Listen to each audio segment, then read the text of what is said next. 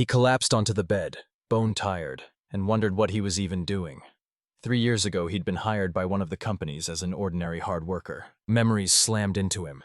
He'd peddled instant weight loss products while all the while telling them they'd be better off finding nothing. He finally saw he'd been fooling everyone, and himself. And that truth hit like a punch when your whole life leans on a permanent job. Then a news announcer cut through the silence, declaring a company had gone bankrupt. That same hollow-eyed, exhausted man begged to be picked up.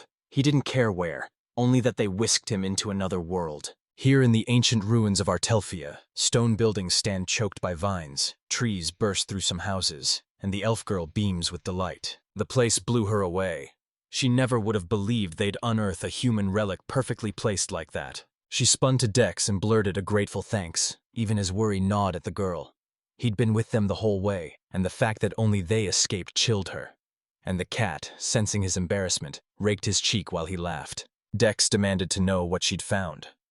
She stared at her open palm, fingers curled around a tiny object, and declared, "It's a hair hike, a find of undeniable historical importance." Dex whooped, claiming they'd nailed it, and lunged forward to examine the ancient relic up close. The girl shrugged. She saw no problem. She yanked his sleeve and implored him to be careful. This relic would become the crown jewel of the royal treasury, and the cat realized it was a remnant of the ancient ones who had long since vanished. Without warning, Dex flashed his teeth and erupted into a booming laugh, yanking the girl away from studying the new find as she peered up, desperate to figure out what had her companion roaring. He spun to his boss, convinced she needed to trust people less, then lifted the hair to his muzzle and inspected their treasure. Dex snapped that he was sick of trailing her everywhere. She froze, eyes wide as she realized he'd decided to betray her, and spat, "Fool." Her eyes shot wide open as Dex hurled the treasure he'd found into his mouth. A thunderous gulp ripped through the air. Rage shook the girl. She couldn't believe he actually did it. At that exact moment, Dex exploded into blinding light as power slammed through his veins, and he finally grasped the true nature of those people's power while frantically checking himself for the change. She was convinced he had no clue what he was doing. The hair was priceless, and Dex shot back, "I know that!" The cat's hand flared into a fierce glow, his arm bulging into rippling muscle as he told her this was exactly why he'd use that power. She froze, disbelief shredding her calm, clueless how to react, while Dex roared that he'd use the Force to become the ruler of the world. The elf's face hardened into deadly seriousness as he snarled. He'd left her no choice. A blazing orb erupted in her palm, and she leveled a flaming bullet straight at Dex. The instant the bullet's dust scattered, her jaw dropped. The little cat Dex had just erupted into a towering, muscle-bound monster. Dex exploded into manic laughter, roaring that her attacks meant nothing, then lunged to strike the elf. She ripped back through time. The girl realized this was the human relic's power, born from a single hair, and wondered how mighty people had been in life, while the elf had to cover her face with her hand. A blinding flash tore across the sky, and at its heart a body hurtled straight toward them. The girl's jaw dropped and her eyes went wide. A thunderous crash ripped the air as the man fell, a blinding pillar blazing right behind his silhouette. The elf huddled against the gust and choking dust he kicked up, and when the grit cleared, 2 legs jutted from the hole. Dex and the girl stood there, dumbfounded, his legs jutting from the hole, motionless. Then, in that same heartbeat, those legs snapped to life. Movement clawed up from the pit, and at last a body burst free, scanning the ruined ground it had landed on. The guy gaped, lost. He was sure he'd just fallen asleep at home. He swore it was a dream despite how real everything looked. Then a cat burst into a ghostly glow, and he didn't even notice it standing right in front of him. Dex burned to know who the man was, frightened him so badly he stammered, "I'm just an ordinary person." And the elf's curiosity ignited. He rewound his words like a busted tape, couldn't fathom what he'd meant, and since he didn't have the cat ears or tail that guy did, he judged the response perfectly fitting. Dex spat the same words about the man and hurled insults at him, and in that same instant the cat screamed in fury, thinking he had decided to joke with him here. Convinced he'd somehow insulted Dex, the guy panicked as Dex launched a furious swing, and he slammed his arms up to shield himself from the fist hurtling toward him. Dex's blow slammed square into the guy's arms, and in the same heartbeat that fierce strike dissolved into nothing, leaving him dumbfounded. Dex stared. He'd actually stopped his attack. The other man stood frozen, terror on his face, and cold fear gripped Dex as he realized he had no idea what was happening. He swore it must be a movie shoot after he struck with blinding speed and didn't care. A cute hairline winked into view and the bad guy loomed. He clung to the idea that it was a dream, a prank, or a movie shoot. That would have been perfect. So he waited, breath held for someone to yell, "Got you!" And then the truth slammed him. This was the world he'd asked for. He still refused to be the hero of a movie. The guy lunged at Dex like a joke and barked, "Get it!" He clutched his chest and the cat hurtled into the ruined wall, gouging a massive dent. Dex blew a harsh, rattling breath out as the man burst into applause, crowing that he was an excellent stuntman. The girl's mouth flew open in disbelief. The huge cat keened in pain, tongue lolling as it gasped for air. Dex gulped to catch his breath. The guy dropped into a fighter's stance, sure this wasn't over. He roared after Dex as Dex bolted, swearing Dex would answer for everything. When the bad guy vanished, he crumpled to the ground, gasping for breath. He vowed he'd never think about it. The stranger the dream, the faster it vanished. Yet this one burned vivid, felt painfully real, and he felt more than just conscious. He snapped back to the idea this was all filming. If that's true, they'd lucked into breathtaking scenery, when a voice cut through and called out to him. The elf, breathless and thanking him for saving her, leaned in. He pressed for her name. She apologized for introducing herself so late. The girl's name was Ria, and she was an elf. He fidgeted and blurted his name, Yoji Yamazaki, and even added that he's human. Rio's face lit up, thrilled to see a real revered man, while Yoji fell silent, confused. Unease prickled him. Ria felt it too, flashed a smile and asked him what was wrong. Realization slammed him. Ria's ears weren't a prop and there wasn't a single camera nearby. She kept whispering cryptic things. Rai made me thank him again for his help. And she couldn't have imagined a human relic could harbor that kind of might, or that wielding it would unleash such staggering power. Yoji begged forgiveness, desperate to know if he'd truly been summoned to another world. Everything that had happened had blindsided him. At the end, it slammed it into him. Their worlds were miles apart. His overflowed with everyday cars. This one was ruled by towering dragons. He devoured a book, convinced he'd been summoned to a dream-wrapped world brimming with magic. He declared its people legendary creatures, and the girl whooped in eager agreement. Rihad declared they see humans as an ancient, terrifyingly powerful race, absolute beings worshipped across countless religions. Yoji said he felt the elves were a cut above, magic prodigies with razor-sharp minds, perfectly balanced and able to do anything yet masters of nothing. And suddenly Rai whipped around to face the guy. She snarled that here in Artelia he's an absolute being. People are so deadly powerful one of her own subordinates betrayed her over a single strand of his hair. A cold truth slammed into Yoji. It was cruel, and he couldn't fathom how he'd dared do it, while Dex kept bolting deeper into the woods. He burned to know how to spend his life, but he couldn't imagine stepping into the city when even a tiny part of his body set off a riot wherever he went. When Ria warned that if the world learned he existed, he cut her off instantly and fell silent to weigh it. After being yanked into another world, nothing could shock him. Rai thundered there was no doubt nations would ignite a global war to seize his power. Yoji never imagined they'd go this far. The young man staggered back, voice raw. "Why are you doing this?"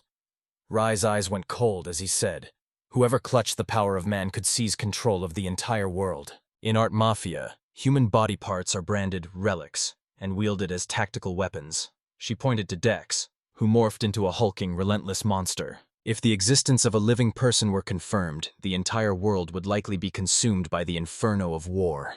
Yoji couldn't fathom how. He implored Ria for guidance on how to live in this world. He wanted, if possible, to live in peace and steer clear of needless fights. He refused to go back to being a corporate drone. If this place offered a fresh start, he'd seize it and never look back. He refused to become the epicenter of a world war. Yoji pictured himself sprinting from hunters convinced the relics belonged to their nation. Ria snapped that only one way out remained. Yoji pinned his hopes on her helping him. He couldn't simply appear before the others, so his only move was to turn to Ria for help and find out where the exit was. She spun to him and declared they'd build a place where they could live in peace. Sunlight bathed her, and an unmistakable smile lit her face. He erupted in frustration the instant her words slipped past him. Ria explained that in this world people are worshipped like gods, and at the same time ruthless bandits hunt down fragments of his power. Yoji must forge a fortress to fend off enemy onslaughts and rally elite followers to strike back. He has no choice. He scoffed, sure she was joking, but she stared him down and said she wasn't.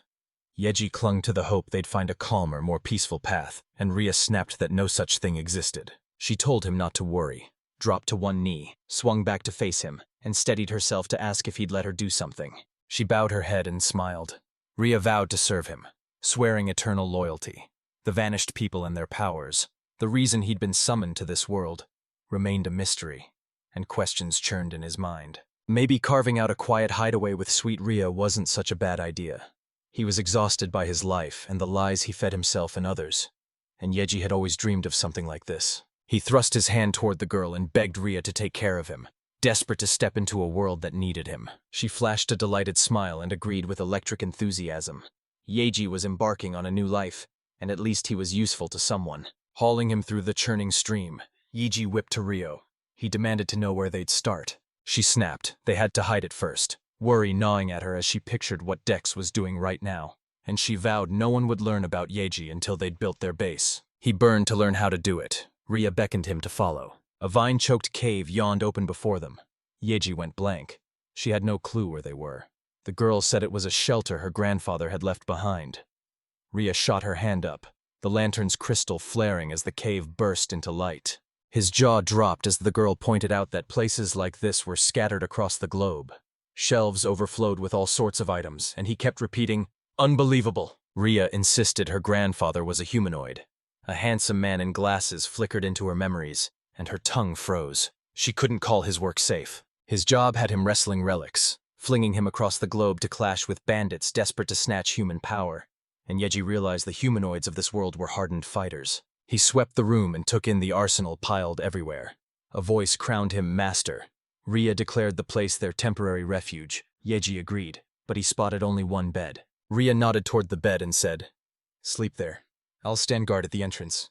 30 minutes of sleep a day is enough for me." He froze in shock, then echoed her words. Yoji admitted that even when she stumbles home late, sleep slips away, and morning sneaks up without her noticing. So whenever she gets a chance, she seizes sleep. And the guy burst into tears as her words hit him. He volunteered to crash on the floor and insisted Rhea take the bed. She flinched, couldn't afford an act that bold.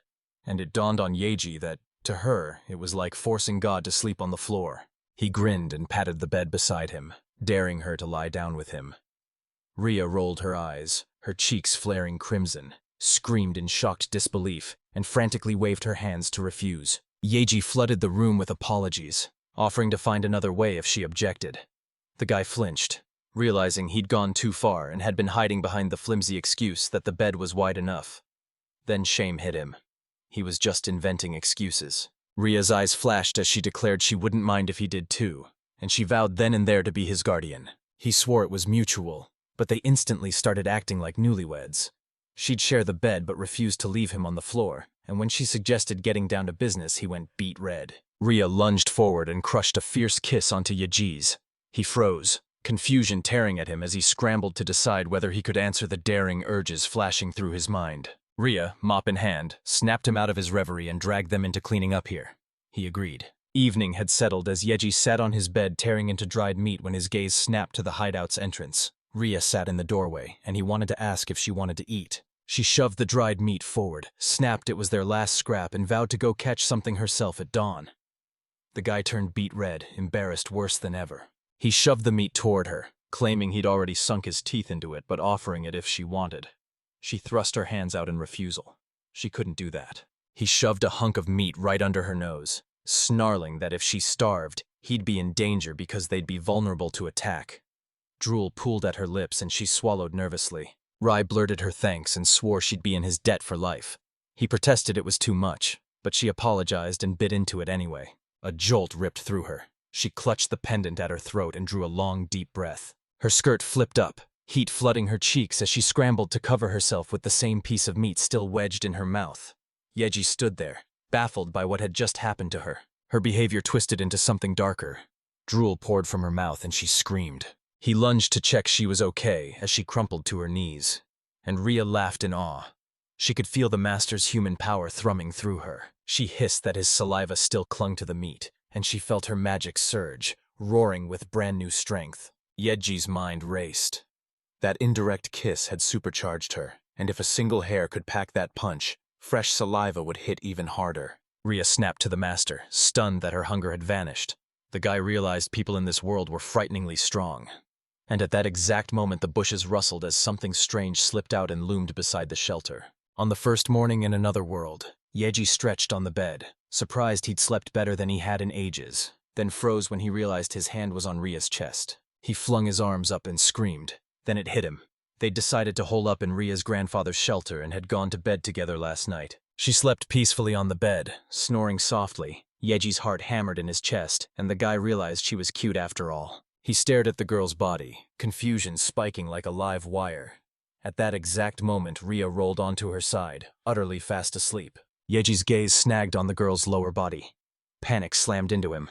He snapped his head away, vaulted out of bed, heart racing as he replayed how close he'd come to going down the wrong path and forced himself to steady his breath. While Rio slept, Yeji decided to fetch some water. Already moving toward the exit, he barreled into something. The guy's eyes snapped open, bewilderment blazing as he stared at whatever it was. I heard the master's scream tear through the air and Ria sprang from the bed, snatching her clothes. She hadn't seen what made Yeji shout, but she was already sprinting toward him when she spotted the guy poking the thing that had terrified Yeji and shooting a puzzled look at Ria. A hulking slug jammed the passage. The elf told her master it was a slug, and he froze, disbelief written all over his face. He swore the slugs here were colossal, but Ria scoffed. These beasts usually crushed even novice adventurers. The girl suspected Yeji had snuck off to the nearest spring that night. The guy shrugged, saying he'd only had a dry throat, and Ria confirmed that was the reason. He connected the dots. The slug had siphoned the spring water Yeji was drinking, the exact same way Ria had acted yesterday. They'd hit a massive snag, and at this rate escape wasn't happening anytime soon. Ria, buzzing with obvious enthusiasm, waved it off and insisted there was nothing to worry about. She ordered the master to step back and he slipped behind a bend. The girl once again held a glowing sphere in her palm, and Ria declared that, because of his strength, this opponent was nothing to her before firing another blistering flame bullet at the monster. A savage roar tore through the air. Yeji crashed into a crouch, arms shielding his skull, while Ria planted herself in the choking smoke of her attack. The guy gaped at her raw power. Then their eyes locked on the smoke as it thinned and vanished. They both screamed in stunned disbelief. The slug was unharmed. The girl's fury exploded as she lunged for a second strike, snarling, "This time I'll give him a hard time," while Yeji grabbed her wrist and urged her to wait a moment. He hadn't shown a shred of hostility from the start, and if he'd meant to attack, he'd have struck them long ago. Yeji snapped to the slug as realization slammed into him. He'd come here to deal with it, and the slug instantly burst into joyful chirps that sent the people standing before it stumbling back in fear. Ria snapped back to the master the moment the slug began twisting into a new shape, throwing her hand over him to shield him. In a heartbeat, the massive slug collapsed into a tiny, humming drop that clung to Yeji's leg, and Ria gaped. She couldn't believe the monster would obey anyone. He sank into a squat and beckoned the tiny slug for one paw, then another. Yeji burst into a grin because the little slug had understood him. Yeji christened him Lyson, now one of them, so he pushed himself to fit in, letting out eager, approving sounds. Ria's grin widened. Nothing was wrong. They'd landed a formidable subordinate, the first bold step toward a world where the master could finally live in peace. At that exact moment, Ms. Card stands in the capital. The girl perches in the bathroom, wondering if her sister is gazing at the same moon. A girl burst into this bathroom and whirled to Rosa. Rosa had a new assignment, then learned the first reconnaissance unit was missing and Rose froze, shock and cold fear washing over her. She burst in and barked that I had to take the second squad at once and hunt them down in the ancient ruins. She remembered they were by the Ostrad forest out west. Rosa couldn't sit still. The news gnawed at her, and she was hell-bent on finding out what had happened to her sister. Ria declared to the master she was going hunting. The guy, his gaze ripped from the slug cradled in his arms, blurred that he wanted to come, and she shot him down immediately, saying he shouldn't worry about it. Yeji plunked Lizzie on the floor and sneered that staying home all the time was boring. Thanks to his magical powers, Lyson gulped down a roaring tide of magical energy. Caution coiled in him, but curiosity burned hotter. He had to learn this world. Slipping out of their hideout, Yeji ordered the lizard to watch the house, and the scaly sidekick leapt up and down, chittering with glee as he agreed. They'd already slipped it into the forest when Ria loosed a perfect arrow. The bird toppled from the branch in a thunderous rustle, and Yeji whooped that she was doing great. Ria shrugged. She saw nothing special. A sprinkle of magic turns that arrow into a lethal weapon. The girl could even bend the bird to her will a little. Then she yanked an arrow out of the bird. She declared the bird bald and its meat irresistible. He smiled, relief flooding him. Having Ria meant he could rely on her, and he rolled up his sleeves to butcher and prep the bird for the pot. Realization slammed into her as the bird's blood erupted into droplets that scattered in every direction, and the guy froze. shock stealing his breath. Ria warned the flavor flips depending on whether they've drained every last drop of blood.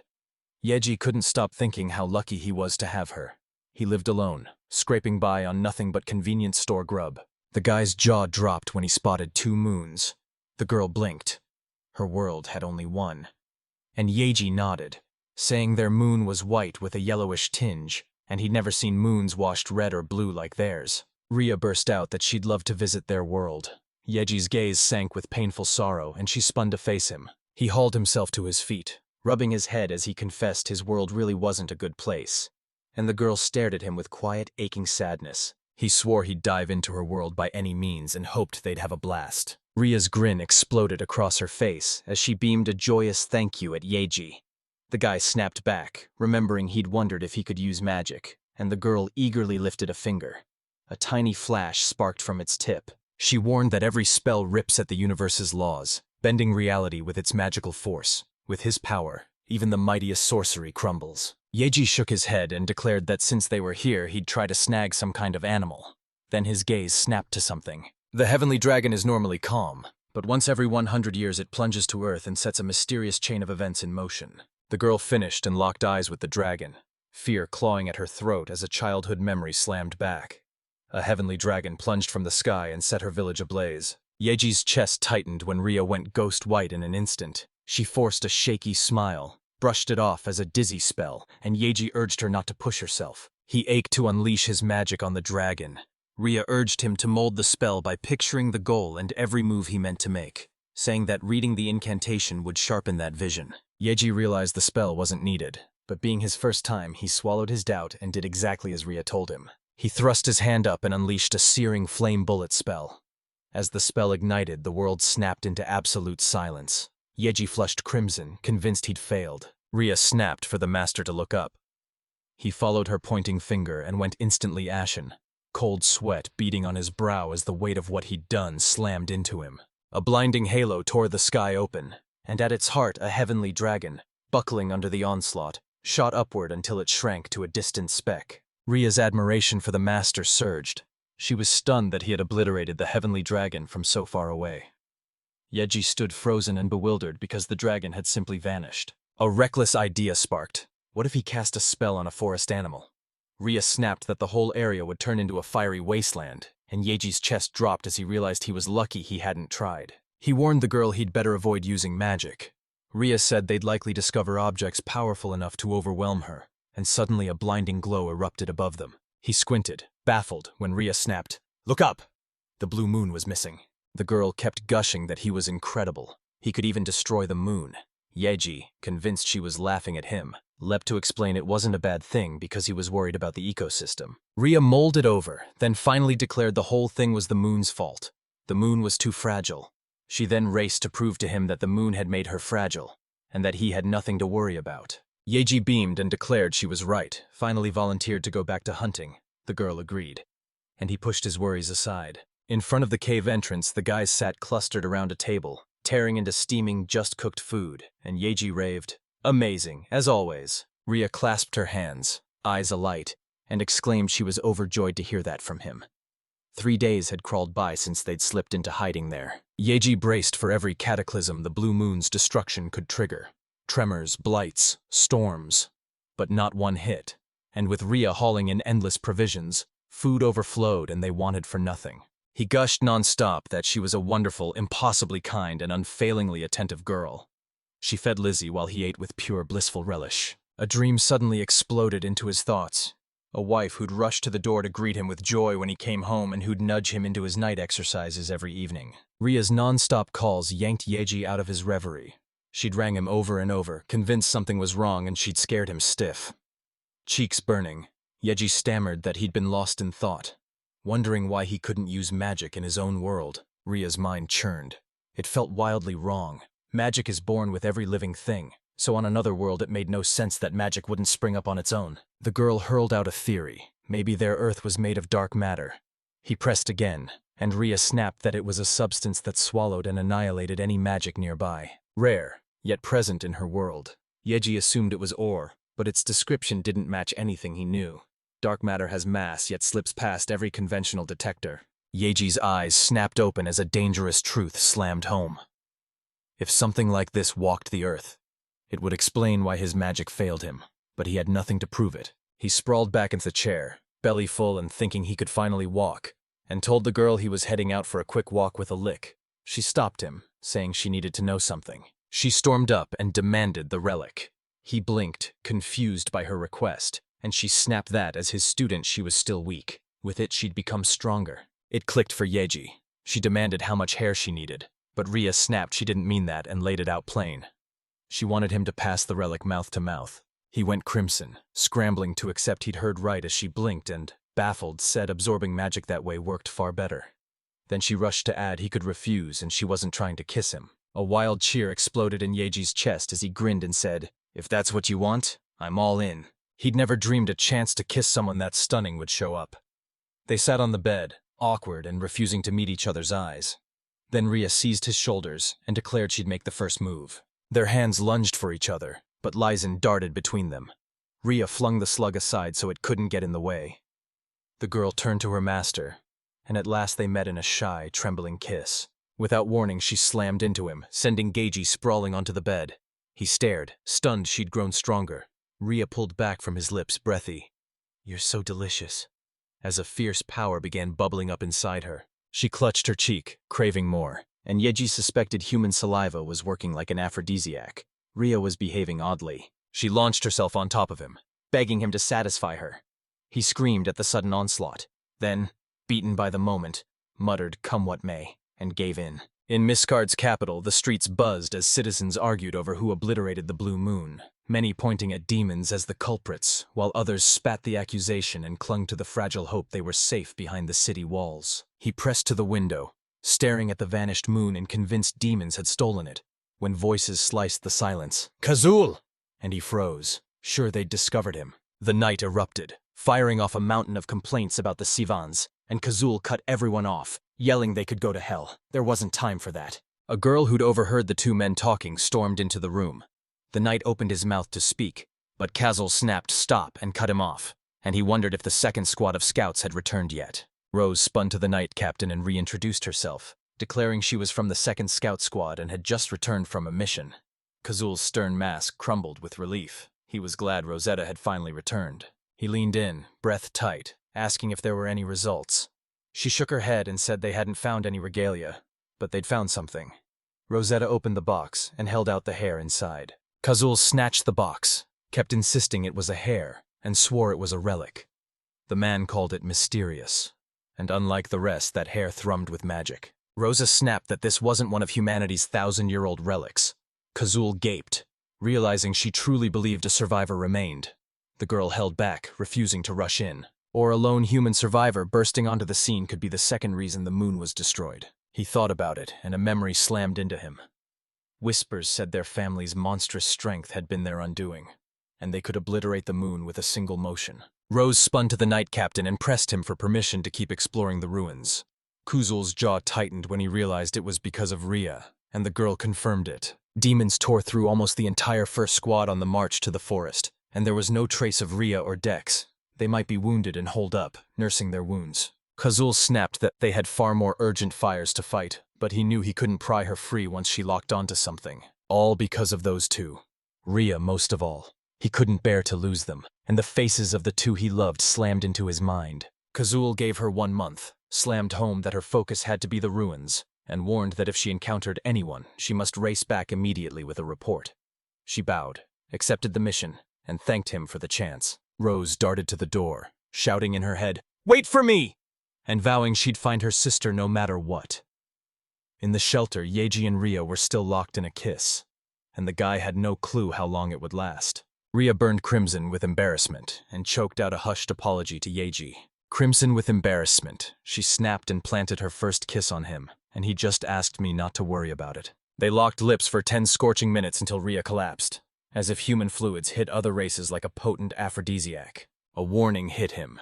If he kept strengthening her like this, he'd lose every shred of self-control. So he forced a smile, said he was going for a walk, and Rhea blushed, shyly telling him to take care. Yeji burst out of the house, spun to Lee Sin with a raw apology and the fierce declaration, "I'm free now." At the exit, an unknown girl stood naked, a lone butterfly clinging to her arm. He couldn't place who she was or where she'd shed her clothes. Out of nowhere, a little girl bolted up to Yoji and flung her arms around him. The guy jolted at a familiar sound. Lizen gave an approving nod, but her eyes screamed confusion at how it happened. And then Rhea spun to face him. She stared, stunned that he was there with that girl, naked. Her eyes went feral as a flaming bullet blasted from her hand. He suddenly realized how tired he was, and moments later the girl walked barefoot across the ground. Rhea shoved a few clothes together for Lizen, stunned. Monsters only rarely shift into humanoid forms when they grow strong, yet she'd heard whispers it could happen. The girl leapt to the conclusion it was his brute strength that did it. Yoji assumed Liza was a girl, and Rhea shot back that wasn't quite true. The comment stunned the guy. Lizen hoisted her skirt and flashed a shy, almost mischievous grin. The guy's jaw hit the floor when he realized she was a ladder. Right then, Yoji rammed his shoulder into the wall, making it look like he was swooning over a face that was totally his type. He wasn't. And Rhea snapped. That's not what I meant. It finally clicked for Yoji. Slugs split in two to reproduce, so the whole idea of male and female collapses. Slugs have no gender. She just knew, instinctively, that they'd adore her with that look. And Yoji patted the girl on the head, calling her a fox. Suddenly the guy snapped into action to probe how she felt and whether anything had changed. And the girl confirmed it. She'd felt it because I'd absorbed so many of his relics. Her magic surged tenfold. All because of him. Yoji winced. Regretting he'd blurted he'd expect her other stats to rise, but out loud he only said there was nothing to thank him for. Rhea felt her hearing and sight snap razor sharp. She'd detect any intrusion in a heartbeat. Yoji felt her magic spike and her body grow stronger, and he burned with longing for that rush. Suddenly he wondered just how strong he really was. Rhea whipped around to the master and warned, "Those uninvited guests won't be long. They'll be here any moment." Someone strode down the path and Yoji caught the matching footfalls. The intruder was alone. By his gait, Rhea knew he was a man. He was testing this opponent's strength, and she sneered that he was weak, not even worth mentioning. Rhea unsheathed her weapon and snarled, "He found our hideout! We can't let him leave here alive!" Rage crackled in her. A fool had dared invade their sanctuary, and she vowed to make him feel the weight of his sins. Yoji lunged to stop her, but she began to spin her weapon. He insisted on facing him alone, craving the surge of his own strength, and even though Yoji knew she'd annihilate the enemy, he was determined to do it himself. Rhea exhaled and said she understood him, but he had to promise her he'd take care of himself. The girl gripped Lizen's shoulders as she bolted after the master, and the man, resolve burning in his eyes, snapped that he understood her order. He replayed every possibility. His opponent wasn't supposed to be strong, so he clung to a sliver of hope he'd somehow pull it off.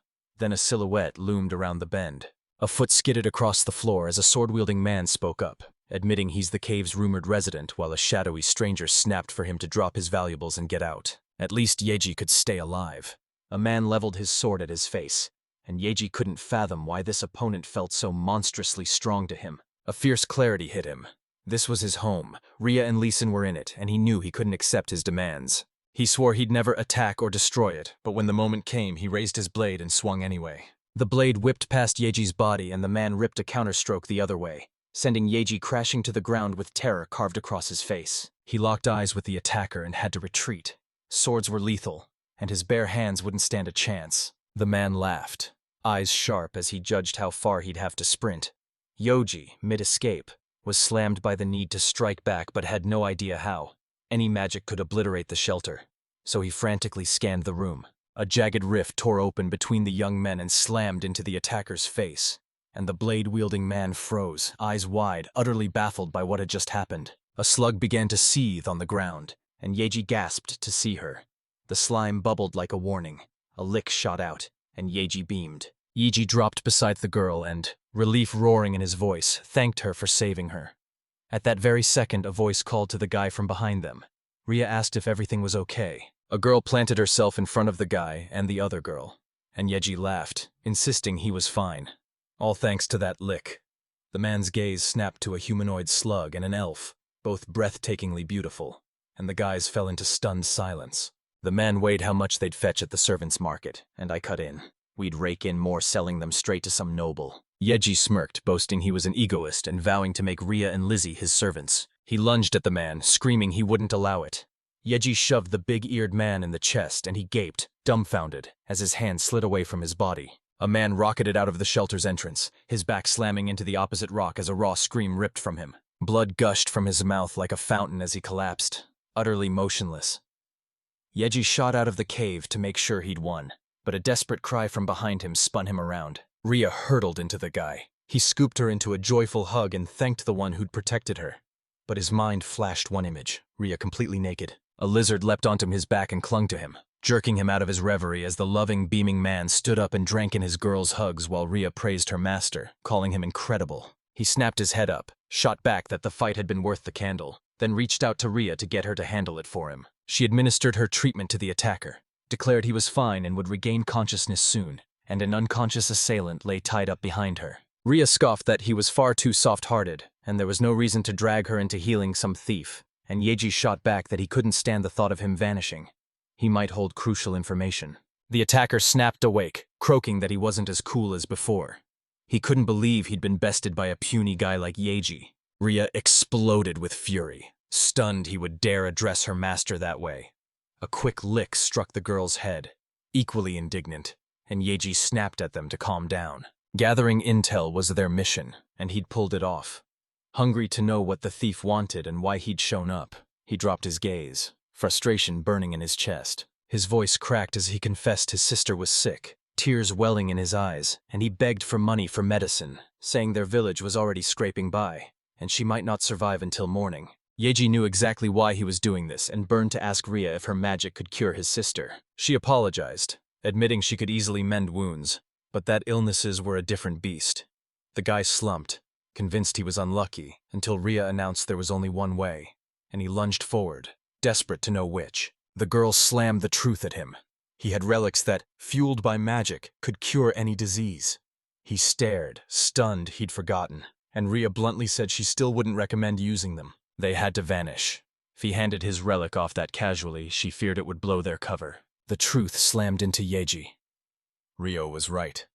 They weren't ready, and rushing in would be a deadly gamble. He forced out an apology to the girl and begged to save his sister. Back in his world, he craved someone to need him, so the moment someone began vanishing, he lunged in to save them. He wouldn't stand by. Rhea's voice stayed ice calm as she said she understood, and vowed to smother the news. Yoji offered a quick, grateful thanks, and Leesen's blade bit through the rope at that exact moment. The guy yanked a hair free and pressed it into the man's palm, saying it was for him, and the man froze as raw magic began gushing from his body. Yoji told him to give it to his sister. Convinced it would heal her, he pleaded with the bandit to stop his thievery, then wiped tears from his face and begged forgiveness, guilt choking every word. At last the thief stepped forward and announced himself. A die of the bears, forest-born. He swore to repay their kindness, and that oath sealed the first battle to defend the shelter as their victory. The next day, a die barreled in clutching the box, hand flying in a greeting as he burst over to tell me his sister was feeling better. Bursting with gratitude, the man implored Yoji to accept his gifts and thanked him for clearly helping them. The drawer held a bag of peas, a box of tomatoes, and jars beside another bag. The bear village became their ally. Yoji bartered his own hair, and the village stocked them with food in return. His hair doubled as magic stones, the world's most essential treasure, and his strands fueled the lamps in their shelter. Stone prices skyrocketed, stripping Adaya bear and pushing him straight into a life of crime. Yoji's hair proved to be the solution. He grinned, because it meant he could help others. And Adai, ecstatic, felt a whole sea of magic surge through a single strand. Guilt stabbed him for Rhea. She just stood there watching him hand out strands of his hair, never having tried it, and every time someone walked away with one, jealousy flared in her. Yoji spun on Rhea, eyes hunting for the answer. Had she locked down that information so it never leaked? Because he'd seen her march into his village yesterday with Adai, the bear went ice white. He snapped that he was already late and had to check on his sister immediately, then bolted toward the village. Rhea waved him off with a confident smirk. She'd cursed every resident, making their promises ironclad, so there'd be no problems. The girls eyed the tomatoes Adai had brought, and Yeji's jaw clenched. Rhea must not be upset by any means.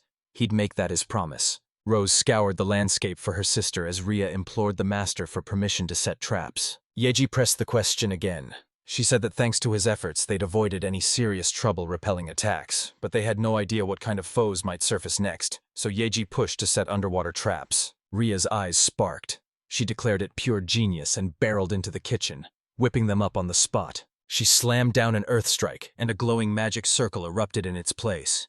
Yoji gaped because the crater was embarrassingly shallow, and Ria flushed, apologizing that the ground was stubbornly rock hard. He grasped the situation. If her magic failed, the ground would stay rock hard, and he figured they had no real options. Ria urged stuffing it with poison, yet Yoji recoiled, too cruel. He only said one thing: it had gone too far. Drop it and go for a walk. She gave a sheepish nod. He couldn't fathom why her eyes had gone distant, like the world had frozen. Then, in a flash, Lee Sin yanked Yeji's jacket. It hit him. She wanted to help them, and she agreed. The slime blew onto his hand. Droplets fell to the ground and shaped themselves into new small slimes. Right then, slime spheres rocketed into the sky. Yeji's jaw dropped at how many there were, and Ria, calm as ever, said, "Cell division." She'd heard slugs could split into several parts once their bodies brimmed with magic, and Yeji's power pushed her right over that threshold. When he said the little slimes looked like they'd been licked by children, Ria's fury erupted. She dropped to her knees, convinced they'd already had children before her, and whirled to face him. Tears choking her, Ria begged him to make children with her. She'd split her cells and they'd end up with a swarm of kids, and Yeji barked at her to calm down. She kept chanting, "Clap, clap," insisting they'd erupt from her palms like explosive bullets. He frantically tried to calm her, then watched in stunned helplessness as she tuned him out. He had no choice left. He tossed a quick apology at Ria, dove in and clung to her lips, and she blushed instantly. Their lips parted as Ria exhaled and swung to the master, refusing to let him stop. The kiss deepened and they both flushed a fierce, embarrassed red. Tears welled in her eyes as a delighted scream burst from her throat, and she crumpled into Yeji's arms, out cold. He froze. His attempt to calm her only jolted her back to life.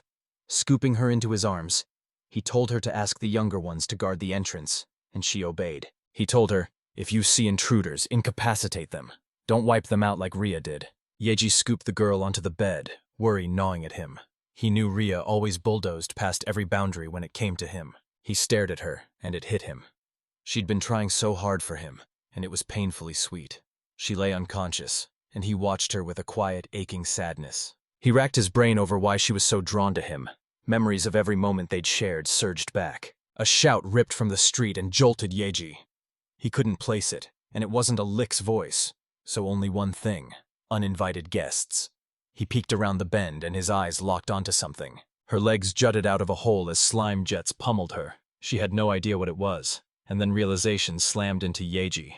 He'd been right. They barked that it was far too sticky, showed her exactly how sticky it was, and declared she couldn't move. Rosa began making different noises again. Children attacked her from every angle, leaving her feeling filthy. Yeji was sure the underwater traps had worked. The man was about to add something, but something suddenly drew him away. Rosa's massive breast dominated the scene. The guy couldn't shake the thought they might even be bigger than Ria's. And the girl, right then, finally broke free and sighed with relief. Rosetta's eyes snagged on Yeji, peeking out, and she snapped, "Arrogant!" Baffled by whatever he was staring at. Yeji realized she'd noticed and shot back that he wasn't staring at anything, while Lizen gave Yeji a puzzled look. At that exact moment, one of the little slimes lunged and yanked Rosa's bra clean off, leaving her standing in only her tights. She screamed and clamped her hands over the exact spot where the close had been. Yeji showered the girl with praise for taking out Rosetta, but crossed a line. The guy apologized and rushed to make sure everyone was okay. The girl sobbed and jabbed a trembling finger at him, bewildered why he hadn't saved her. Yeji, clutching a lost scrap of clothing, found her reaction strange and guessed it mattered. Then someone shouted his name. She caught sight of him clutching women's underwear, bewildered why he was even here. Then Ria suddenly cried out, calling for her sister. Rosetta sat drenched in joy, radiant and beaming. Ria froze, stunned by her appearance. They finally met. At last she crashed into her sister's arms, tears of happiness pouring from Rose's eyes. Rosetta sat, breathless with relief at the sight of her sister. Knowing Ria lived, she dissolved into tears of joy. Ria turned to her and urged, "Get dressed first," as a lizard closed Yeji's eyes. Ria thrust her sister forward, grinning that they were nearly the same age while dropping that Rose had been knighted 2 years earlier. Listen snapped the younger ones into a neat row, and Yeji's heart lurched as she realized she was Ria's eldest. Rosetta blurted, "We should return to the capital, together." Lately the world's buzzing. People say someone's out to obliterate the moon. A cold shock ripped through Yeji when he heard about the moon, and that Rosetta needed Ria's help to quell the chaos. He'd been calm, convinced the incident meant nothing. but it had sparked a tidal wave of panic. Ria cut Rose off, roaring that she'd sworn herself to Yoji, a human, and refused to return to the capital. She demanded they show him again, convinced this man couldn't be human because she felt no energy from him. Ria revealed that Yoji is actually human, and his magical energy blazes so fiercely ordinary people can't even sense it. He leaned in and whispered, baffled by the Newmans, and she revealed they were a race who'd inherited highly concentrated human blood. They don't wield spectacular magic, but they'd pass for real people in a heartbeat.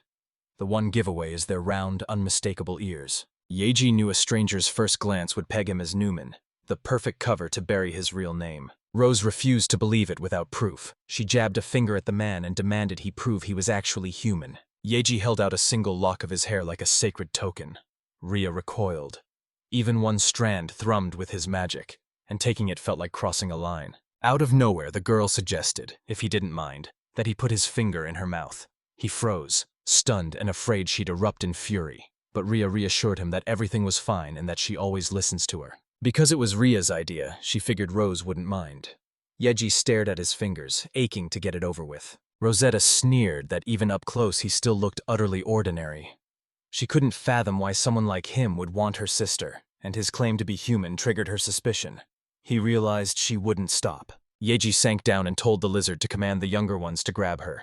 He agreed, barked orders, and the slime surged forward, instantly coiling around the girl. Rosetta gaped, clueless what it was. The guy said, "This is the proof you asked for," and thrust his hand toward her. He plunged his fingers into her mouth. Her eyes snapped open as a crackling surge of magic seared through her, and she had no clue what it was. Yoji was sure the sweat on his hands had done the trick. The girl was slobbering on his fingers right then. The other guy's lower back flared with burning pain, and he still refused to pull his hand off the girl. Ria spun to the master and snapped, "That's enough." And he flushed, stammered his agreement, and silently prayed she hadn't spotted the obscene thoughts skittering through his mind. Grief slammed into Rose. She saw what was happening and had no choice but to believe them. The girl gasped that a mysterious, limitless power hummed from his fingertips. Ria spun to ask her sister what she would do. The sister snapped. She'd been ordered to report immediately if she found the man. Her loyalty isn't to the country, it's to her sister, and she'll sprint to help them both. Yoji declared it undeniably good, but he couldn't shake the suspicion she didn't truly believe her own reasoning. This move was a straight-up betrayal of her country. Rosetta snapped, declaring him arrogant. Only her sister was allowed to call her by her first name in this world. He stammered an apology, blushing with mortification. Ria whipped to the master and barked that they desperately needed supplies and information, insisting they send her to the capital. That way Rosetta would infiltrate them as a spy. She demanded proof Rosetta could handle it, then ordered her to leave everything to her. Ria declared, voice like steel, that her dear Rose exists only to lay every inch of her body and soul at Ria's feet.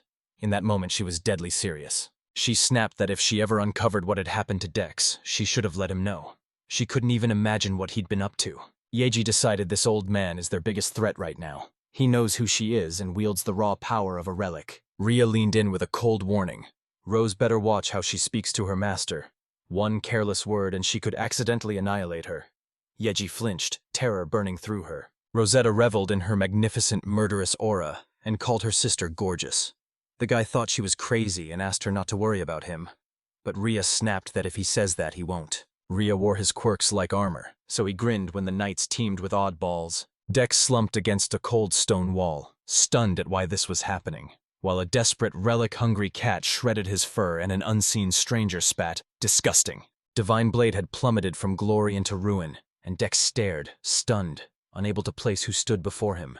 The unknown man stepped forward, said, "I'm Grice," claimed he was just an ordinary demon, and warned there was no need to swing his sword. He's pushing to negotiate a peace deal while Dex reels from the vial's power, an echo of a relics, and Grace spits that they're demons who've hunted people for ages. They cracked the formula to brew illegal drugs that hit like the relics, and Dex was already burning to taste that rush again. The cat went rabid, its pleading snapping into a savage demand that he hand them over. And as he jabbed the demon with his dagger, the demon sneered he could take them, only if he destroyed a man named Yoji. Reel plopped onto Yoji's lap, turning the guy bright red. He spun toward her and barked, "That's enough." "Listen." Watch them with interest. The guy's reaction blindsided her. Cheeks flushed, she retreated to the far side of the room, and Yoji squirmed with awkwardness. He begged her to stop making that face. One more and she'd lose consciousness again, so she forced herself to ease into it slowly. Rio seethed but still agreed with him. It had been a long time since Yoji came to this world. Every morning erupts into a kiss-charged ritual to boost Ria's strength, yet Ria's heart sinks. She craves more kisses, and Yoji reaches in, trying to lift her up. Ria blurted she was hopelessly addicted to the taste of his bodily fluids and desperately wanted to lock lips with him forever. Yoji snapped there was no need to rephrase that. Ria's words slammed into Yoji, and the very mention of bodily fluids sent him reeling. He pictured her savoring his bodily secretions. Then shame slammed into him, obliterating the fantasy. Adai barreled up to the cave and shouted for Yoji, only to be stopped by the younger Lizni. Adai demanded if the guy was there, and Yeji's answering shout proved he was. Yoji snapped, "What do you need? Do you still want your hair?" Adai shook his head. "Not the hair, I need advice." And Yoji froze as he said his younger sister had been acting very strangely. The guy blurted that his sister was agitated and distracted. She'd never bothered him this badly. Adai said he was glad she was healed thanks to them, but worry gnawed at him when she was like this. Ria heard it and sank into thought. Ria snapped, "It could be side effects." Adai and Yoji stared at her, questioning and terrified. And the girl whispered she'd heard the relics might contain a prohibited substance. She warned that if someone swallows a relic but can't keep taking them regularly, the relics coil the body in crushing strain and can even kill. Dai's heart slammed against his ribs when he heard it. He couldn't believe it could be so dangerous for his sister. And Yoji stepped forward, voice steady, trying to calm the guy down. Yoji decided if his relics radiated that much danger, Ria had to be infected too. He demanded they go examine her immediately. They burst into Bear Village. Yoji grinned that the place was buzzing. Villagers greeted them with warm smiles. Adai boomed, it was all thanks to Yoji. And one guy's jaw dropped. Adai swore mixing Yoji's hair into their fertilizer was the perfect fix. Their signature apples and tomatoes burst with flavor. Orders from a famous restaurant in the capital poured in. And Yejin just stood there, stunned by how wild his hair had become. Who would have guessed Yeji's hair would blast the village into growth? Then, out of nowhere, a lone Dai tumbled and announced they'd arrived. A massive, gorgeous house loomed before the guys, and someone blurted that despite his scruffy, bandit-like look, he was still the village head. The guys froze, stunned that the thug-like man was actually their leader. She tore out of the house, spun on the Dai and snapped that he was too late. Where had he been all this time? Yoji blinked and called her cute. Then the Dai lunged to hug his sister as she squirmed to break free. He paraded his sister like a prize and grinned. "Look at her, isn't she adorable?" Adia snapped, "Who are all these people? I told you not to bring anyone into the village." He snarled at his sister that they were nobodies, shoved Yoji forward and declared Yoji was the one who'd saved her. She went rigid, eyes wide, and suddenly screamed. She crumpled to her knees and poured out thanks to Yoji for saving her, apologizing for her earlier rudeness, and the guy just shrugged and told her not to worry about it. She gushed that Yejin was incredibly kind. Yejin waved a handful of rags and told her to wait a minute. A moment later, the girl reappeared in a breathtaking dress. Adai's jaw dropped.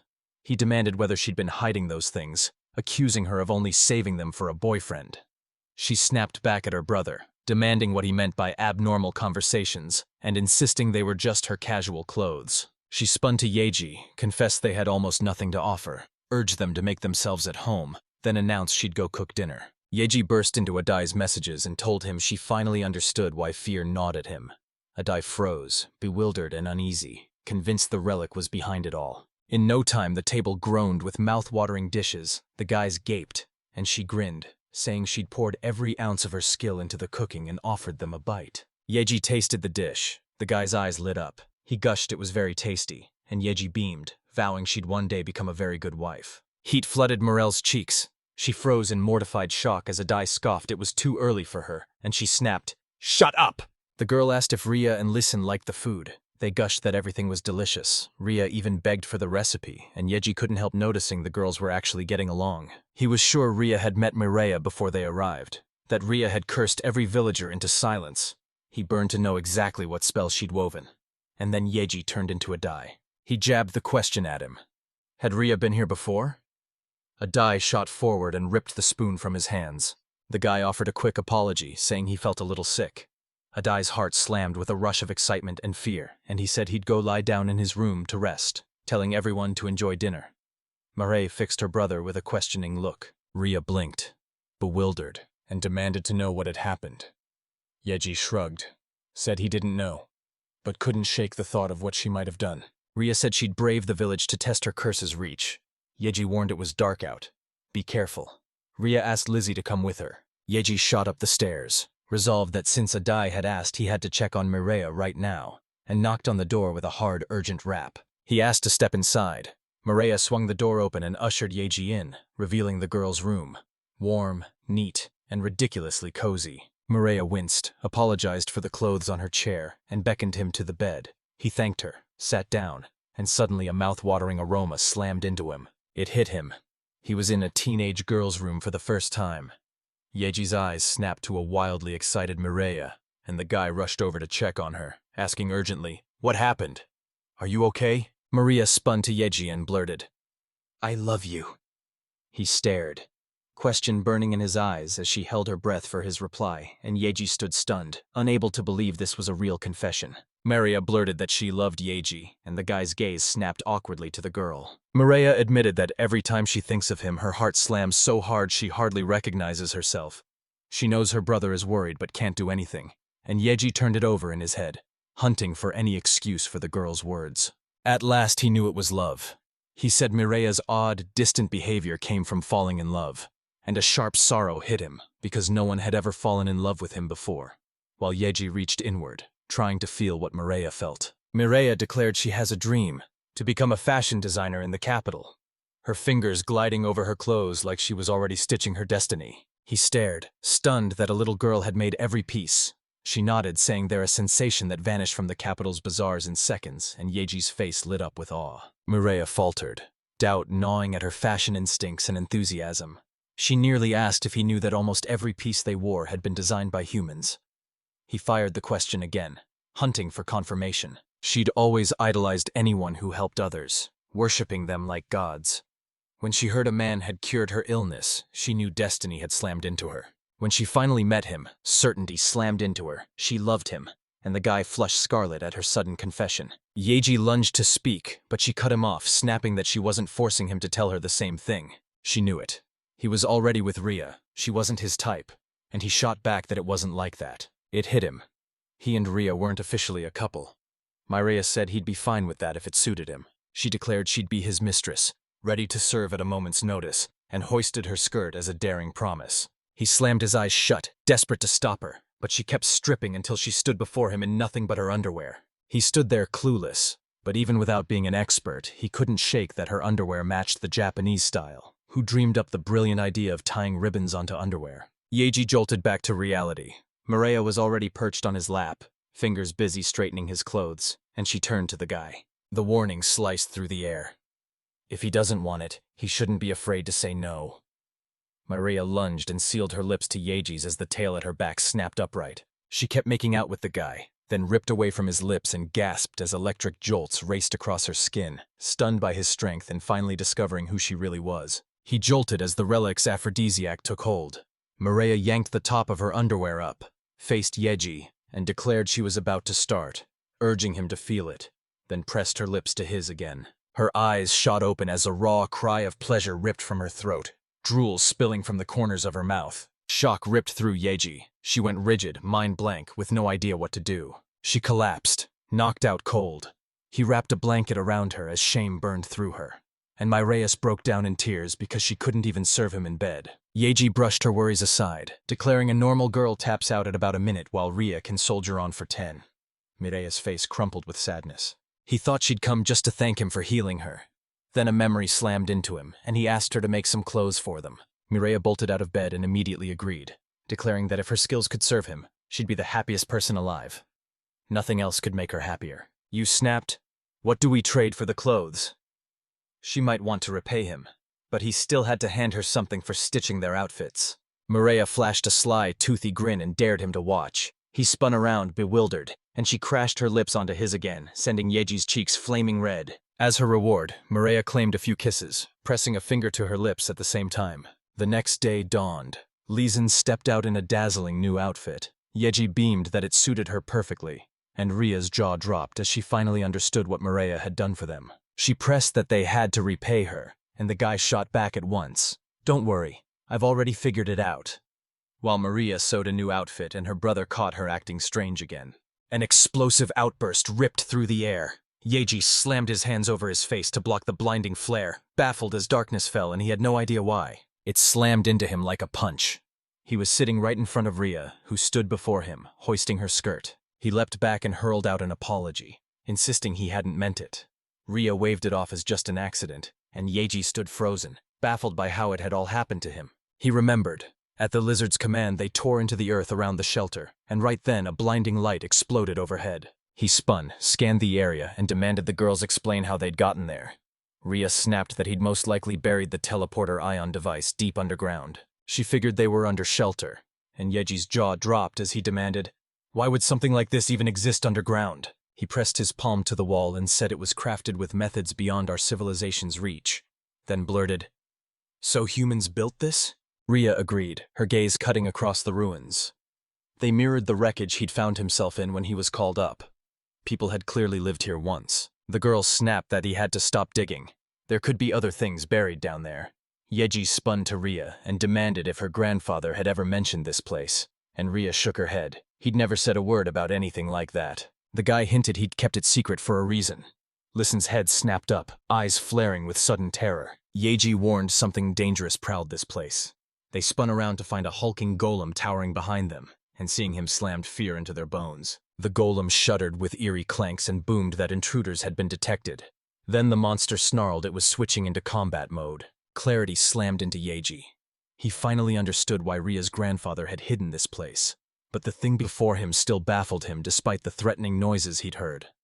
Battle preparations were completed, and the violators were intercepted. The hulking stone guard unleashed a titanic swing.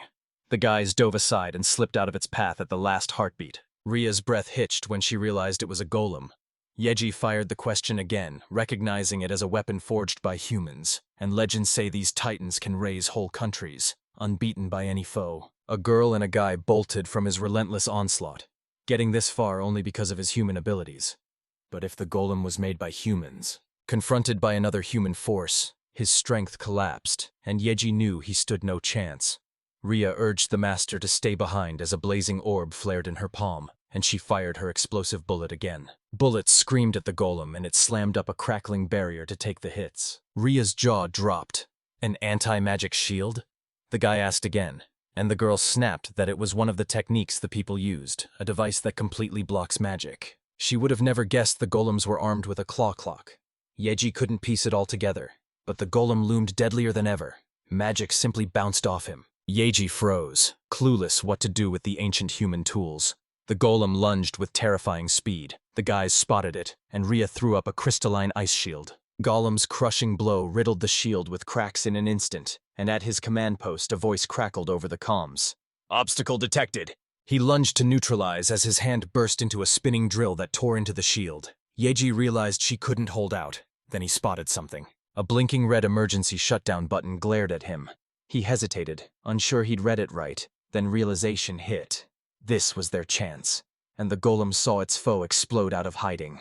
The stone guardians locked onto Yoji as Ria howled at the master. Dust exploded up, and from the cloud a man stumbled out, clutching a chunk of the golem and yelling for the master to grab it. Yoji jabbed the button, and Ria and Lee Sin yelped as the golem stuttered, then in a cold metallic voice declared the human life signal confirmed and ordered combat mode disabled. He exhaled sharply and, in a strange voice, declared they were saved. Slid off the golem as Ria and Lee Sin sprinted over and wrapped him in a fierce hug.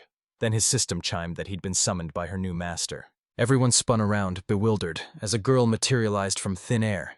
Doll-like at first, then she began to transform, her porcelain features rearranging as if a toy had sprung to life. The girl with short black hair dropped into a crisp bow and, voice still thick with sleep, thanked the guy for waking her. Shock froze him. He stammered, "Golem!" while his companion bristled, furious that the unknown woman dared pay him any attention. He gaped at the short, black-haired girl. The golem had shifted into a girl, and he couldn't believe it.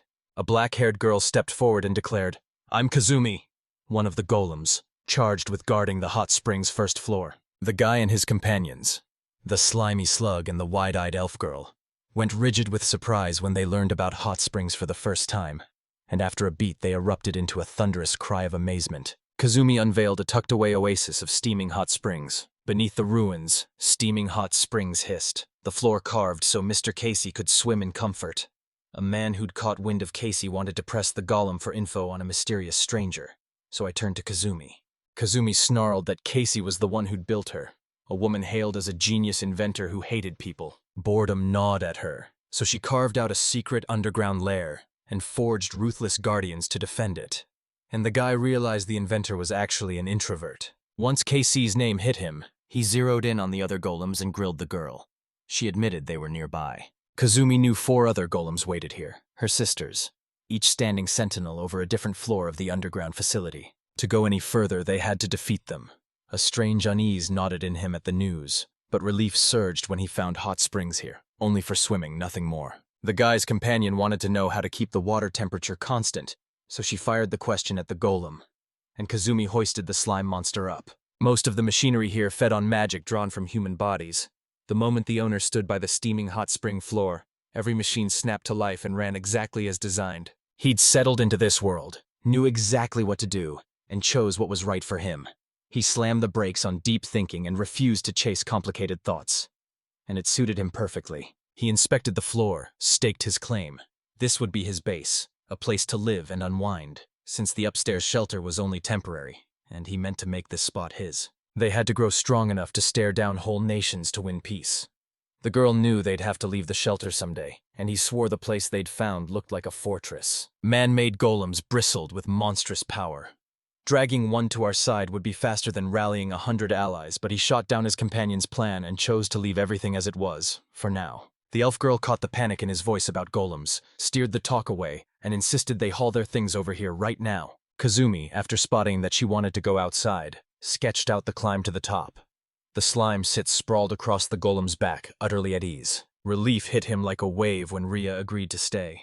He knew they'd never find hot springs this magnificent anywhere else. He adored his peaceful, laid-back life, and it wasn't going anywhere on his watch. They hauled every last belonging into the room, and later he anchored the furniture and tucked every small item into its rightful place. He finally slipped away to the steaming hot springs. He sank into bliss, gliding through a huge, warm thermal pool. After the soak, Kazumi kneaded the tension from his body with a slow, expert massage. He sank into bliss as a girl worked over his body. Golem's hands kneaded deep, unknotting his clogged muscles, and he knew she was a Thai massage master. The massage hit him so perfectly he begged for it to never end. Kazumi's technique stunned him. To him, it was the best in the world. She barely flinched. 80% of her body was massage machinery, so mastery was built in, and the golems her mistress Casey created sprang to life to run their own inspections. He was enjoying the massage and still jolted in surprise.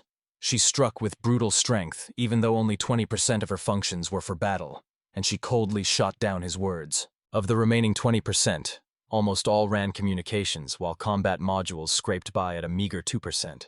He instantly realized it was better for him not to go up to the other floors. While getting water treatments, he craved milk coffee. Kazumi agreed and said, "Wait a sec." He froze in confusion, then turned and saw her come back with a drink and a jar. Kazumi eyed humans like bizarre creatures. Her mistress Casey demanded milk coffee the moment she stepped from the bath, and the guy gaped, stunned that such a drink even existed in this world. He immediately ripped open the sealed drink can with eager curiosity, only to have a vile, stomach-churning stench erupt from the jar. He choked on the rancid stench and slammed a hand over his nose. The milk had spoiled. Kazumi clamped her hand over her nose against the rancid stench, blurted a quick apology. The coffee had been sealed away for 10,000 years, and the guy stared, awed that the jar had survived intact all that time. He craved another refreshing plunge, dove back into the hot springs, and, spotting the spread, an electric pool, a milk pool, and a roaring jacuzzi, grinned and vowed to try them all. He spun around and froze as a man stood behind him. It was Rhea, while the girl, wrapped in a single towel, stared at her master, her face burning with embarrassment. He caught sight of her wrapped in a single towel that barely clung to her most private places, and he gaped, bewilderment blazing across his face. Eyes wide, he snapped at Rhea that they'd agreed to take turns swimming. The bathhouse was combined, her voice barely a breath as she said she, as the master's servant, had only been thinking about rubbing his back. Then she dropped her eyes to the floor, cheeks burning and shoulders sinking with shame. He couldn't stand to see her crushed, so he swallowed his pride and agreed to her proposal. He'd accept her help. He was powerless. It unfolded exactly like that. It was just one of the girl's duties, nothing more. And the guy squirmed, mortified by her presence anyway. He couldn't pry the thought loose, no matter what. Watching that girl help him pulled him like a moth to flame. Yoji couldn't tear his gaze away. As she tried to drench him with the shower, he snagged a look at the mirror, froze at Ria's reflection, and she caught him staring. She spun away, turned her back and clamped her hands over herself. Ria was baffled by what he kept staring at. Then a nasty thought slammed into her. She was sure he'd noticed her because her body was ugly. Yoji shot down her self-deprecation and insisted her proportions were undeniably attractive. The compliment, though, curdled in his gut, leaving him sick and ashamed. Rio lit up at the guy's words, blurted a grateful, "Thank you," and froze in stunned disbelief. She never imagined anyone would praise her supposedly ugly body proportions. In this world, people idolized tiny, delicate bodies. Anything larger was instantly branded stupid, obscene, and sloppy. He stepped into another world and felt it. Beauty meant something else there. But he didn't care. He belonged to the club that worshipped massive, larger-than-life curves. Ria's jaw dropped when she discovered the man belonged to a mysterious faction obsessed with oversized bodies. She'd always seen Master Yoji as a kind gentleman, so the revelation shattered her image of him. She grilled him, desperate to know if his words were a joke or a spur-of-the-moment comfort. He was that brilliant with words. When the girl realized he really belonged to that club, joy lit her face. Meeting him felt like an honor, and Yoji gaped that such a massive faction could be so unpopular in this world. He was at a loss how to prove he truly admired her looks. She told him not to look at her until she gave permission. Yoji complied and turned away. Ria's cheeks burned as she pulled a bottle of gel out, and a pleasant scent drifted to the guy, stealing his breath. Ria pressed Rosa to order a body gel only sold in the royal capital. The girl fumbled with the gel, told the guy this was the start of her duty, and a towel thudded to the floor. Naked and fearless, she pressed herself against her boyfriend and smeared the foamy gel she'd whipped onto her skin. He flinched at the sudden touch as she leaned in to slide foam across Yoji's back with her body. He froze, shock and burning shame flooding him as he stared at her with panicked, questioning eyes. She wilted instantly, sorrow dragging her down as she convinced herself she'd made him uncomfortable. Her face crumpled as she told him she believed Tom would be pleased. He'd said he liked her full, generous figure. Ria stayed glued to him, her body still brushing his skin so he could feel every touch. Yoji's pleasure flared into a wide grin, and Ria caught the joyful light in his eyes. Soon she noticed his reaction the moment his hand brushed her. He froze, bewilderment blazing across his face. Ria shrugged off his embarrassed flush, ecstatic that her master adored her ample curves, then launched herself into Yoji's arms and hugged him with pure, bubbling joy. Her smile exploded with joy, and his embarrassment evaporated. He shrugged it off and accepted every action she took. Ria slicked gel across the guy's back and asked Yoji for permission to rub his front. He flared with a mix of excitement and confusion, and the girl, hearing no clear consent, grew upset, sure again that he didn't like her body. Her sorrow cornered him into saying yes, and the moment she starts washing his front, his body will betray him at the sight of her beauty. The thought set his imagination ablaze. He pictured himself tangled with an elven beauty, sure they'd cross the point of no return. Yoji's gut clenched for the girl. Would she be okay after that? He burned worrying Ria didn't truly like him. Yet he clung to one cold fact. She respected him because he was the only person on the planet. He was convinced she adored him only because he was human and couldn't tell if she liked him for who he was. Yoji chewed on it but had no time to answer her plea. Then Slimy screamed from the bathhouse. A little girl suddenly appeared in the room, her body grotesquely swollen. Slimy squirmed with discomfort as the guy rushed over with wild excitement in his eyes, and Yoji froze, alarmed and baffled by what had happened to her. Nausea ripped through her. She doubled over and vomited. He leapt back from the slimy splash while she dumped the water away. She'd guzzled water from the very tub he'd bathed in, and Yoji snapped back to the river, before Slimy appeared, when she'd sensed his human strength and slid straight toward him. Ria snatched Slimy into her arms and raced her to her room. Regret slammed into me. I should have helped the girl. The guy stepped forward and thanked her for her help. The girl clutching Slimy still reeled from the ordeal, shame burning her cheeks as she bolted to her room with a bright red face. After Ria walked off with Slimy, the guy slipped back into the pool and sank into its lonely water. Yoji watched Ria's face ignite crimson. In the end, he admitted to himself he couldn't pull this off with a girl, and a punch of disappointment and relief slammed into him. He cracked a bitter joke inside, convinced his indecision would leave him alone, while the others soaked in the hot springs. Trouble was brewing somewhere in the forest. The monster pummeled her with a relentless barrage. Her enemy demanded to know where her magic came from. She spat that it flowed from her own flesh, and he froze as he realized it was the exact same power the man wielded. The girl with long black hair couldn't answer his questions, her voice gone. Gasping and reeling from his attacks, she fought to recover. Denied a reply, the monster's fury ignited, and Rosa teetered on the brink of disaster.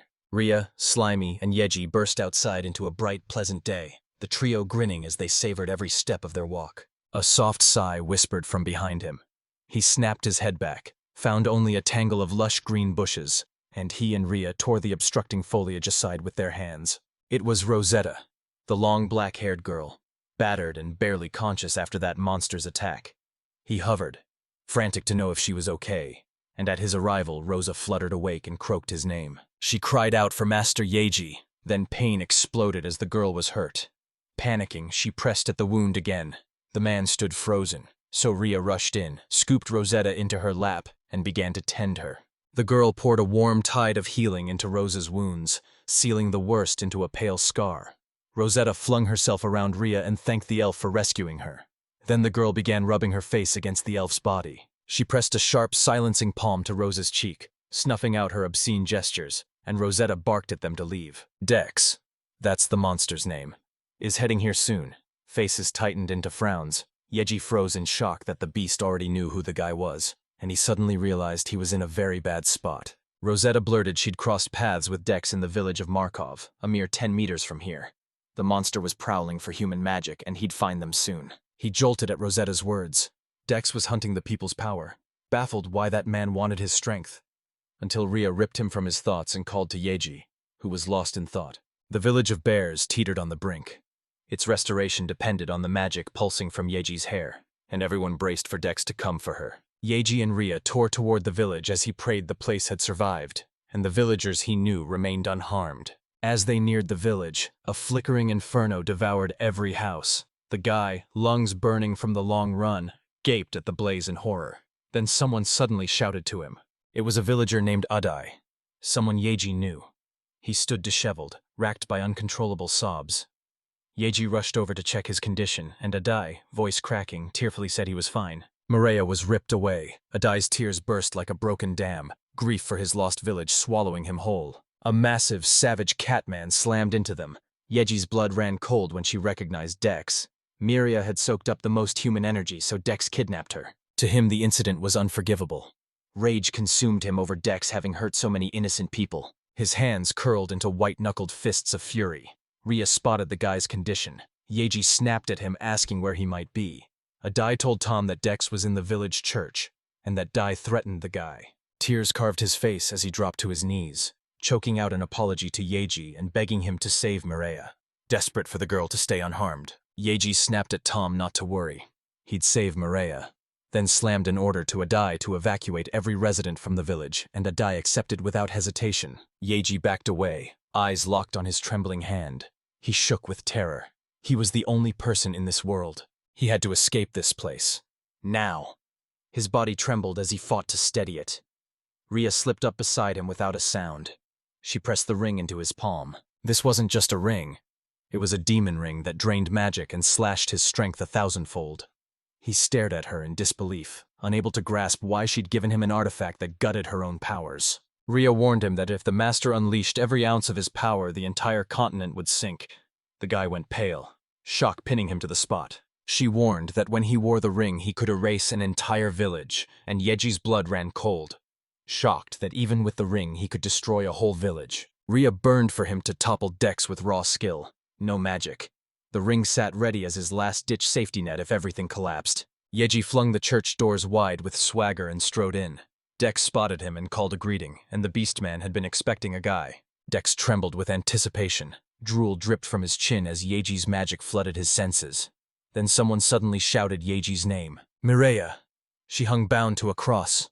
When she locked eyes with the guy, relief and joy flooded her face as Yoji hung back, eyes sharp, scanning her from afar for damage. By a miracle, the girl stood unhurt.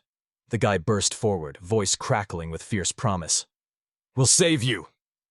And Mireia's panic melted away as she stared up at her rescuer in wide-eyed awe. Yagi staggered, crushed by a tidal surge of magic, while Rio, a battle-hardened combat ace of the famed Royal Knights, carved through decks and walked away with barely a scratch. He held back his own attack and ordered the girl to strike.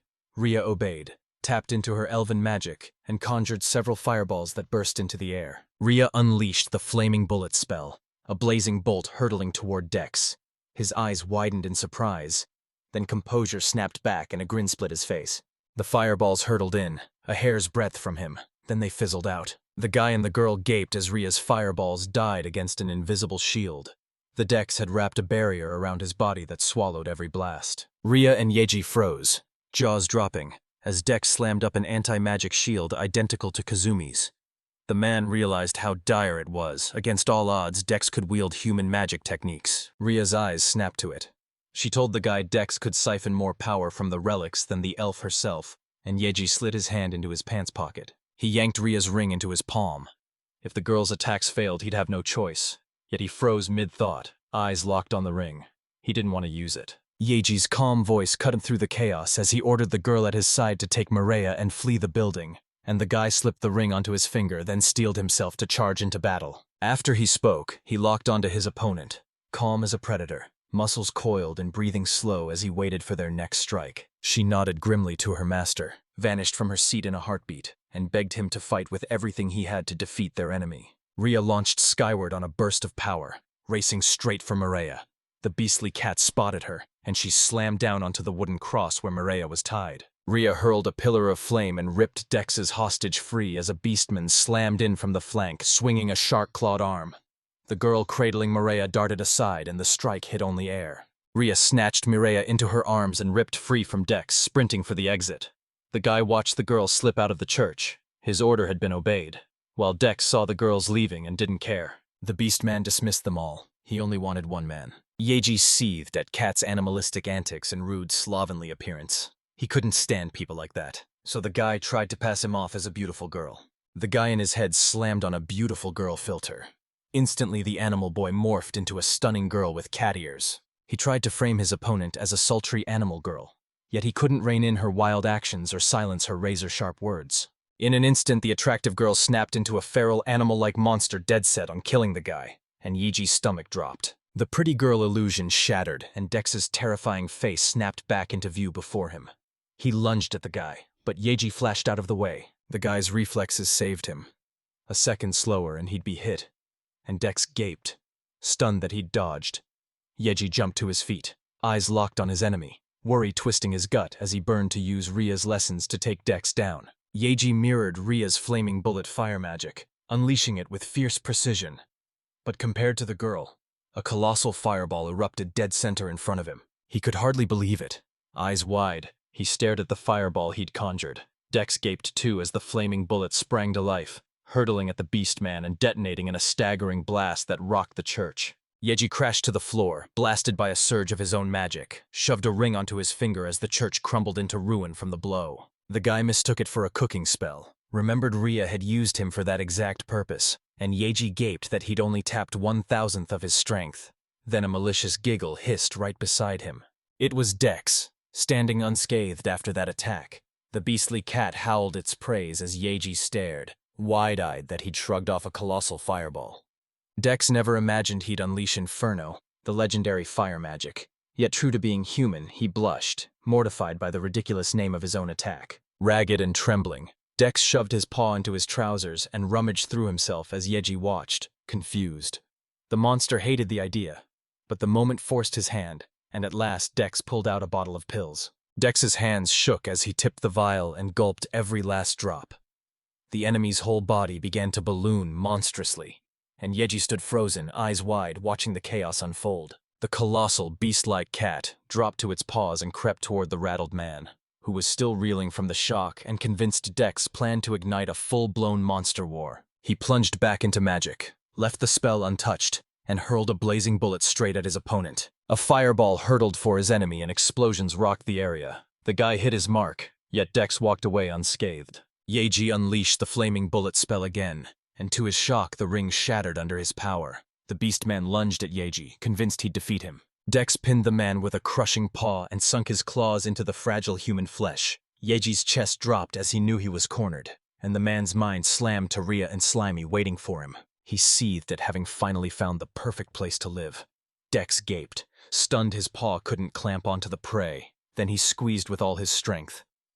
The beast man was ready to deal with the guy. At that exact moment, Yeji unleashed his full strength, blasting his opponent backward and sending him hurtling a long distance, because the guy refused to lose the perfect spot he'd found, and the people with him. The punch blasted the guy into the air. Yeji pulled himself together and dropped back to the ground with a soft bump. The guy snapped awake, eyes darting as he scanned for Dex. Then his massive opponent came crashing down. He gaped at the smoking crater. His defeated opponent sprawled at its center, and Yeji felt the truth crash over him. He'd won. The girls sprinted to the winner and slammed him into a pile of arms. Rhea choked out an apology for not leaving him, saying she'd been terrified for his condition after the explosion. Yeji melted into their hugs, grinning that he could finally feel them. He erupted into strength the moment he arrived in this world. Magic had likely flooded his body, turning him shockingly powerful, and everything was fine as he looked at the worried girls cradled in his arms and smiled. With his newfound strength, he'll shield them all, triumphant. Yeji swept Maria and Rhea into a tight hug, and he was flooded with relief that they were okay. The girls erupted with relief when the guy hugged them back and genuinely worried for them. Then Adai hurtled straight at the company. Relief crashed over him. His sister was unharmed, the girl was saved, and even Adai edged closer, aching to pull Maria into a hug too. She shoved him away, refusing the hug. Mireia seethed, outraged he'd wanted the embrace to exploit the moment. Adai beamed and told the girl not to be shy about him. Mireia's indignation blazed on. Yeji cringed in embarrassment, and he confronted Dex. Peace finally settled in, and Yeji and Rhea shifted awkwardly, watching the brother and sister trade silly, carefree jabs. Yeji waded into the ash and hauled charred beams with the villagers to clear the remains of burned houses. Children darted and laughed around him, playing at his feet. At last, the exhausted man crashed onto the grass to rest. Most of the work was already behind him. Dex stormed Bear Village with flames, but Slimy snuffed the blaze. Her body siphoned water into itself and wiped out every source of flame, and Yeji was called. It was Rhea. The girl, handkerchief clutched in her hands, leaned in and brushed the sweat from the guy's brow. He and Rhea tore the village back from ruin, and when Dex attacked because of him, he shouldered the blame for the devastation and unearthed a fierce strength to keep helping the villagers. Rhea cradled the handkerchief like a stolen treasure, thrilled she'd wiped his sweat. It had become a tiny relic of him, and she lifted it to her face, inhaling the last whisper of his scent. Yeji spun toward her, question burning in her eyes, and the girl ripped the handkerchief off in one swift motion. A jolt of guilt slammed into him. He'd obliterated the village church with his magic. He dropped to his knees and apologized, and they just waved him off. The residents had already restored it. They forged a bronze statue of Master Yeji, made him their only god from that day on, and the guy stood there burning with embarrassment. Rosetta stormed in with the royal guard and arrested Dex. He'd pushed the relic too far, frying his mind until not a single word could pass his lips. Leaks are a non-issue now, but I couldn't help feeling a stab of pity for him. He racked his brain, desperate to trace where Dex had pulled the relic from, and Yeji's eyes sparked.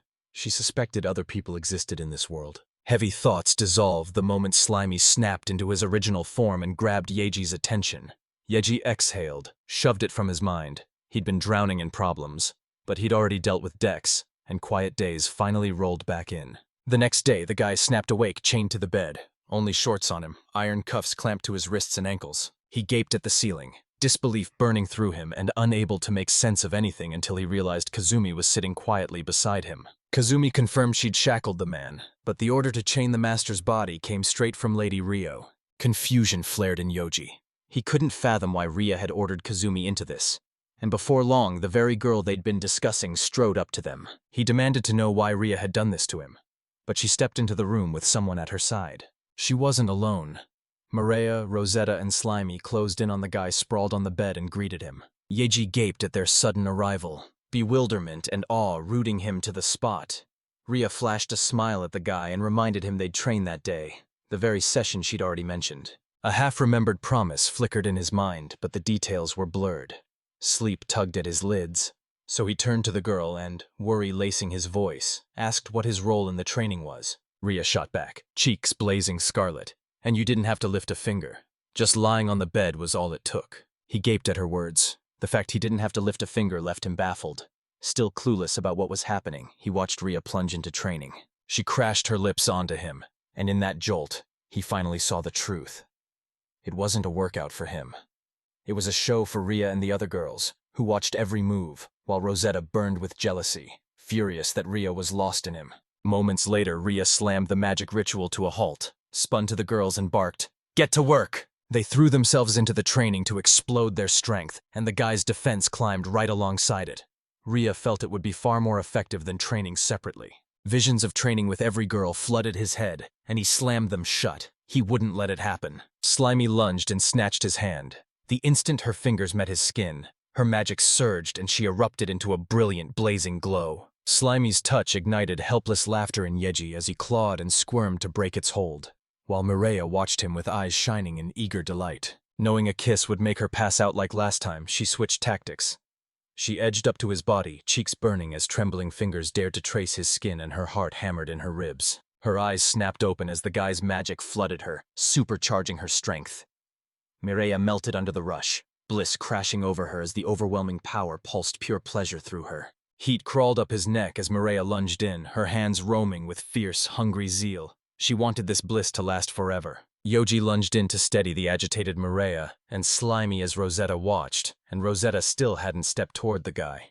She longed to touch the exact spot her beloved Rhea was touching, but she refused to kiss him. Her heart belonged only to Rhea, so she refused Master Yeji's kiss while Rhea reveled in the man's attention at that moment. Rosetta had already touched Yeji, the rush of his magic still flooding her with bliss, while he writhed in helpless laughter under Slimy and Mireia's relentless tickling, tears in his eyes as he begged Rosetta to save him. She didn't help him solve the problem.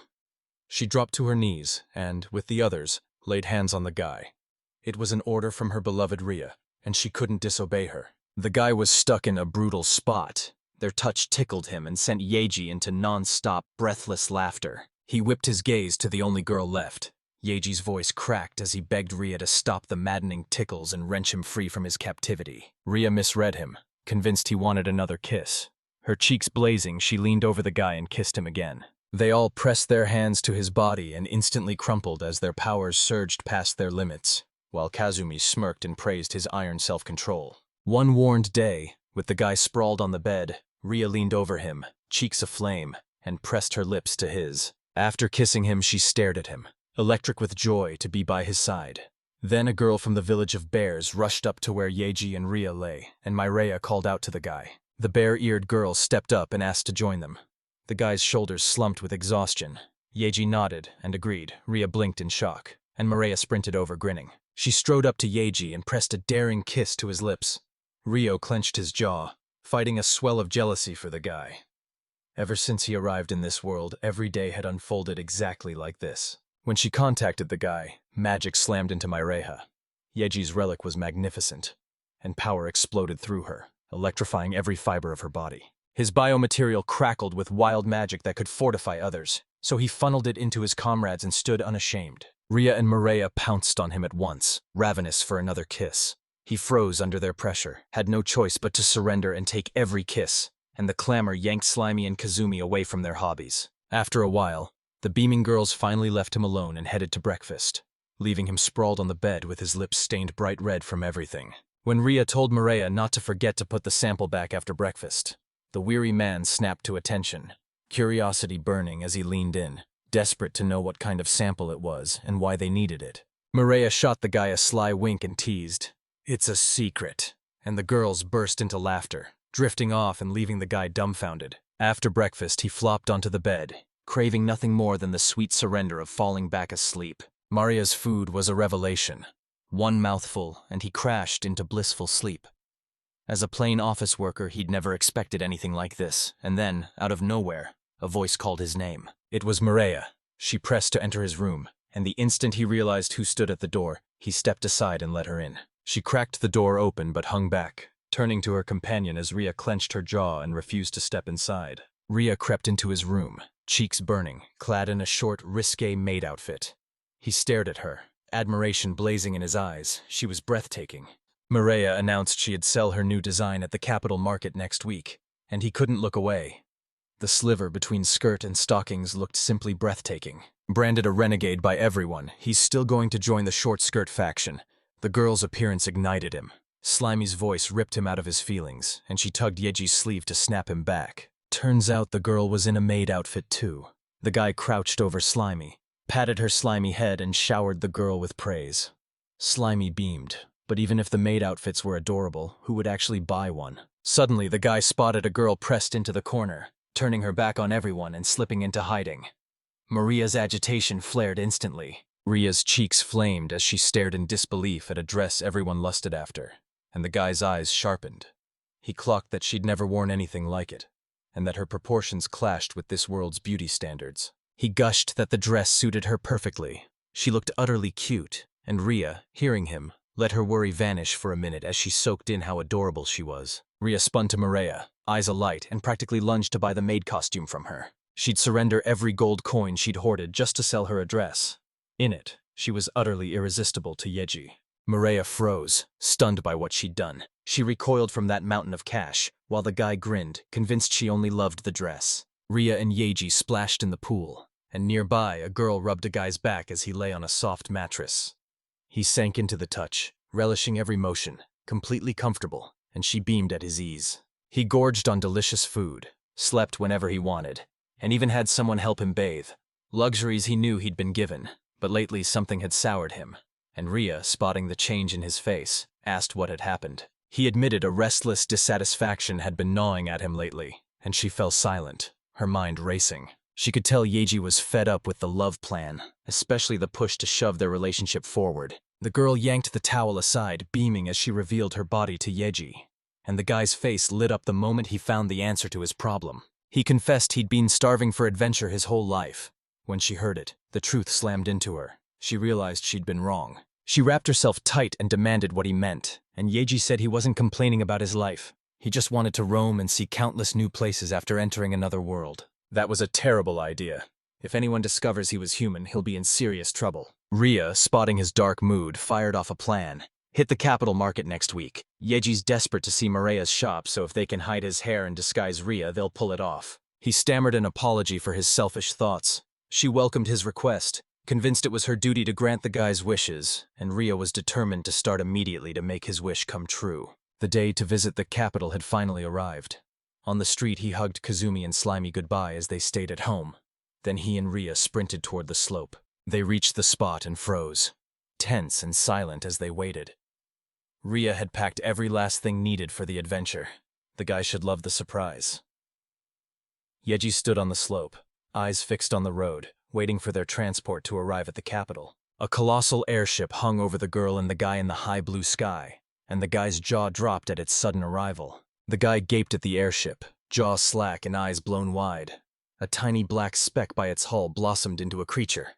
Someone had just leapt from the ship. Rosetta's long black hair whipped as she toppled. Then she shot a bright grin the moment she spotted Ria standing next to the guy. Yechi's jaw dropped when Rosetta appeared out of nowhere.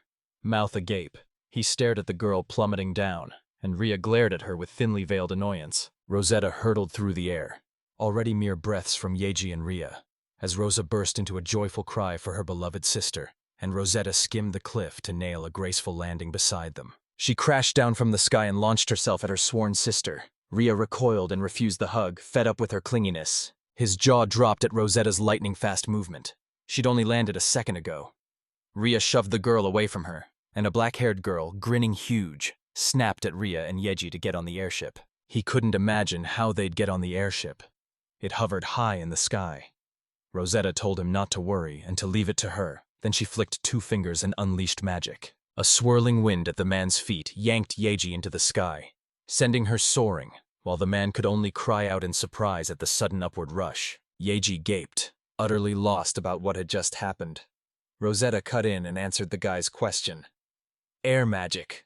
She'd used it to lift and descend, and the guy's eyes widened as he grasped how perfect air magic was for moving through space. Ria spat that if he'd unleashed that magic, Yeji would have torn the whole continent into the sky, and the man didn't even know the spell. Soon they roared up to the airship and slipped aboard, and he realized Rosetta's name had opened the way. Her family was one of the capital's most influential. Yeji pegged Rosetta as aristocracy and couldn't fathom why she'd taken the oath of a royal knight. Then she suddenly called out to him. She thrust the clothes Tom had demanded into his hands. He'd had them prepared, and they had to change now, the capital closing in on them. Curiosity gnawed at him over Rosetta's situation, but he shoved it aside to deal with later. They finally poured into the capital. Let the fun begin. The airship screeched to a halt before the Arverni mansions. The man turned to Rosetta and thanked her for the pleasant trip, and Rosetta returned his thanks with a warm, gracious nod. She announced management had ordered her to stay, so she couldn't go with them. Rosa hoped they'd like the capital. The guy and the girl stood outside, ripped into new clothes to vanish. Yoji shoved a hat low to bury his hair. Ria snapped on sunglasses and a hat to hide her identity. Walking down the street, the guy's eyes snapped to the distance as a jaw-dropping vista unfurled ahead. Yoji beheld the royal capital for the first time. Its majestic architecture stole her breath, and the market's electric bustle pulled her into its heartbeat. The royal capital pulsed with envoys of every race, and as he stared, the cold truth slammed into him. In this world, people simply did not exist, so he tightened his guard. Ria tore through her bag and yanked out a cloth sack bulging with cash to give the guy. His eyes shot open in disbelief, and she stared back, baffled by his reaction. Yoji staggered, staring at the mountain of cash. He couldn't fathom where the girl had pulled it from. Ria snapped that most of it was tribute collected from the inhabitants of the village of bears. Yoji clamped the village under his thumb, with most of its income funneled from the guy's relics. Skimming a cut seemed natural. The guy never imagined he'd one day collect tribute. Realizing the money was a tribute from the village of bears, he resolved to spend every coin with purpose. Then he looked up and spotted a man hawking guns in the market, sitting on the ground with his weapons fanned out on a blanket. He strode over and sank onto a stool to inspect the seller's wares up close, and when the electric thrill he'd been hunting washed over him, the old man leaned in and asked, "Are you an adventurer?"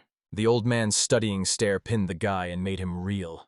When the guy looked closer, he realized the man was probably a dwarf, and Yoji shot the old man a flat no. He plunged into who he was, realized he'd never really done anything in this world, then snapped back to reality, and the seller slammed into his memory. The old man sneered that a body that frail could never be an adventurer, refused to sell him the leaven, and roughly shoved him toward the door while Yeji's face burned with embarrassment. He'd only gone to glimpse the old man's wares and likely got in the seller's way, so Ria strode up to the stall with iron resolve. She swung her foot and drove a kick that clipped the seller's temple.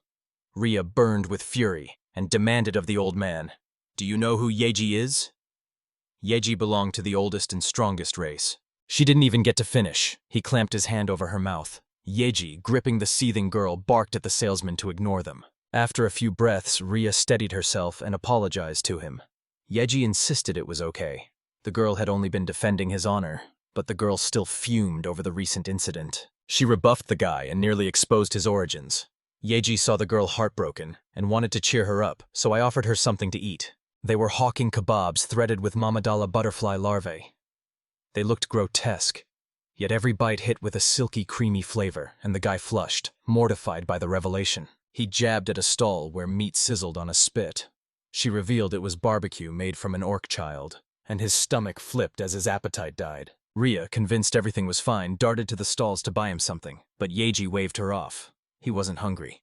So the guy asked the girl where she wanted to go. She hadn't set foot in the capital for ages. The man stepped forward, wanting to thank her, and a girl turned to Yoji, admiration written all over her face because of the man's kind words. She couldn't wait to storm into the shop she'd been dying to explore. He stormed into a clothing shop, found every rack stacked with nothing but girls' underwear, and it hit him like a punch that another world actually had stores like this. Suddenly, Ria's face went scarlet as she begged the guy to dart into the store and choose and fetch her clothes. It was her first time in a place like that. She had no clue what to pick, and Yoji didn't know the area either. He couldn't turn her down. He spotted a mature cut outfit, but it didn't flatter Ria. Her incredible figure threw the grown-up style off. Ria lit up, convinced Yoji loved the design, but he froze, embarrassment flushing his face. She sagged, sure he didn't like it. When he finally admitted he disliked the style, Ria quickly offered her master other designs. She whipped out the first underwear style. He declared it perfect for Ria, and she snapped it up on the spot. The second was more covered than the first. He liked that one too, so Ria grabbed it as well. After buying the clothes, Ria thanked Yoji. In the end, she snapped up every single thing the guy liked, and she squealed with excitement as he lugged the packages. Burning to thank her, he brushed it off with a grin and told her, "Don't worry about it." Then they headed straight for the hotel Ria had picked. They stepped up to the building, she grinned and declared they'd spend the night there, and the entrance stared back with heart-shaped lanterns glowing. This was a love hotel. Yoji gaped at the hotel Ria had picked. Ria flushed, stole an embarrassed glance at the guy, then hurried off to buy clothes for the night. After a while, they burst into the Love Hotel room. It was drenched in pure pink, and a single double bed dominated the space. Ria laid it out for the guy. Every luxury hotel answers to powerful patrons. Hide in this one. Yoji gaped when Ria led him into the hotel. But since she'd finally told him the truth, he decided it was smarter to stay. Sharing a bed didn't mean inappropriate feelings had to flare up between them. He thought he knew the night. Then, as they were about to go to bed, Ria suddenly hauled up the hem, stripped her dress off completely, and stood there in the clothes she'd just bought at the store that day, leaving him stunned. "Ria!"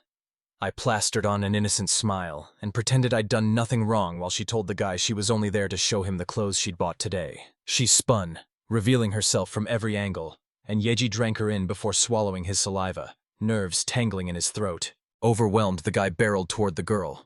Ria could only flinch, stunned by his sudden rush. Yoji's excitement erupted at the sight of the girl. He swept her into his arms, and Ria's clothes fit her like they'd been tailor-made. He leaned into the girl's ear, sweat beading and cheeks burning, and confessed he couldn't restrain himself any longer. Ria had finally achieved her goal. Joy surged through her. Yoji had finally shown interest, and she flashed a sweet, triumphant smile at the blushing guy. It slammed into him. Ria had engineered every detail, from the lingerie shop to the Love Hotel. Yoji stepped in, hands steady as he tried to unbutton her outerwear. If Ria wanted this, he had to be a man. Ria planted him on the floor between the man's legs, his face flushing beet red from her touch, and the girl readied herself to begin the service. Smiling sweetly at Yoji, the girl laid a honeyed trap for the guy, who could only tremble as waves of intoxicating, unbelievable pleasure crashed through him. It was his first time. The girl, with uncanny skill, sent the guy reeling into pleasure as Yoji watched his innocence slip away. He flung consequences aside and lunged into craving, surrendering to pleasure as Yoji radiated pure bliss. The next day, as soon as the sun's rays sliced into the room, birds exploded into an early morning chorus, and the guy stood frozen, speech ripped from him. He slumped, shoulders sagging and spirit crushed. He refused to accept his first ever defeat. The human relics drenched his biomaterial in raw magic during the process. When Ria's hand brushed it, she siphoned his power and collapsed unconscious. The girl who could kiss a guy for 10 minutes straight collapsed instantly, leaving the guy alone to stew over his failed attempt. She snapped back to consciousness as Ria called out to Yoji. Guilt consumed Ria over yesterday's incident. She swallowed her pride and apologized to Yoji, but hopelessness clung to her. Yoji smiled and soothed the distraught girl, promising they'd grow used to it. Tears welled in her eyes as she gazed at him with admiration and reverence. The long-awaited final exam for the first-time loss program was pushed back. He woke up and dove headfirst into a blissful day with Ria. A guy and a girl stepped outside for a walk. They stopped dead. The capital was a heaving tide of people. Ria told him a grand fair had descended on the royal capital, a spectacle that only rolls around every 2 years. And Yoji's jaw dropped as he walked beside her when a girl suddenly shouted his name, thrusting the spotlight onto him. A few paces from the couple, Mireia sent a bright wave his way. Yoji's face lit up when he recognized his friend. He surged toward the girl he knew, then froze when a jaw-dropping queue snaked around her shop. Yoji stared at her, shock written all over her face. He'd caught wind that Mary's clothes were blowing up, but he never imagined this tidal wave of people. Mireia told Tom that many brands are more popular than her. Seasoned couturiers from across the kingdom swarmed the fair today. Mireia burned to pitch in, taking her first bold step toward becoming a designer in the capital. Yoji watched Mireia pouring her heart into it. The guy and the girl spotted the maid costume Slimy and Ria wore. Mireia thanked Ria, crediting her for the outfit's booming sales. The costume had exploded into a craze among countless girls. The baby sizes flopped far worse than she expected, and Yoji figured he'd be alarmed by this world if those tiny outfits were selling like hotcakes. Then suddenly, a stranger barked a rude call at the seller. The stranger, fresh off a rude call, shoulder-checked the guy so hard Yoji was shoved aside, then glared down at us with smug arrogance and demanded I sell every baby-sized outfit set in the store. Mireia and the girl selling her clothes cringed as a man barreled into their room, cutting the line. The girl stepped forward to fix it, but he refused to listen, shouting insults and hurling rude names at her. Yoji's stomach dropped at the rude customer. His knight announced to everyone that he was the Marquis of the kingdom's capital, the Marquis of Cyber Red Star, and, smug as ever, Cybern arrogantly insisted on continuing his purchase. Ria knew Kivern's Marquis at a glance. The man pinned the girl with a sharp, questioning stare, desperate to learn about that rude stranger. He was a famous noble from the capital, Whispers said he snatched commoners on a whim and laughed at them. Cyber turned his power into a weapon, and Yoji recoiled in stunned horror. Rage boiled in him, but to keep his comrades safe he bit back every protest and let the Marquis have his way as Mireia, hands trembling, gingerly stuffed the Marquis's purchases into a bag, and Cyber's gaze snapped to her, magnetized. He seized her hand and yanked the frightened girl into his arms. Yoji and Ria froze in shock, and both the man and the girl went rigid as the air snapped with tension. The Marquis yanked her close, his eyes raking her with a brazen, obscene hunger as he greedily drank in Mireia's beauty. Cybern liked her so fiercely he vowed to claim her. Then he stepped forward and declared to the terrified girl, "You are mine from this moment on." He snarled she'd be his property. Cyber Red Star hauled Mireia up to him and began shamelessly groping her. Tears ripped down her face as terror locked her throat. She clawed to break the man's grip. Yeji's blood boiled and he surged to yank her from the Marquis, but Ria's hand clamped his arm and held him back. Ria strode forward and vowed she'd take care of it. Yoji had to hang back to avoid revealing his identity. Her cheeks had lost their blush. Ria went taut, pinning Cybern with a cold, furious, gloomy stare. Cybern froze, stunned to see her like this, then blinked back and melted into the background as Ria told him. Ria snapped at Tom to let Maria go and keep his hands off. Tom pressed on, eyes wide at the audacity of the girl who suddenly stepped before him.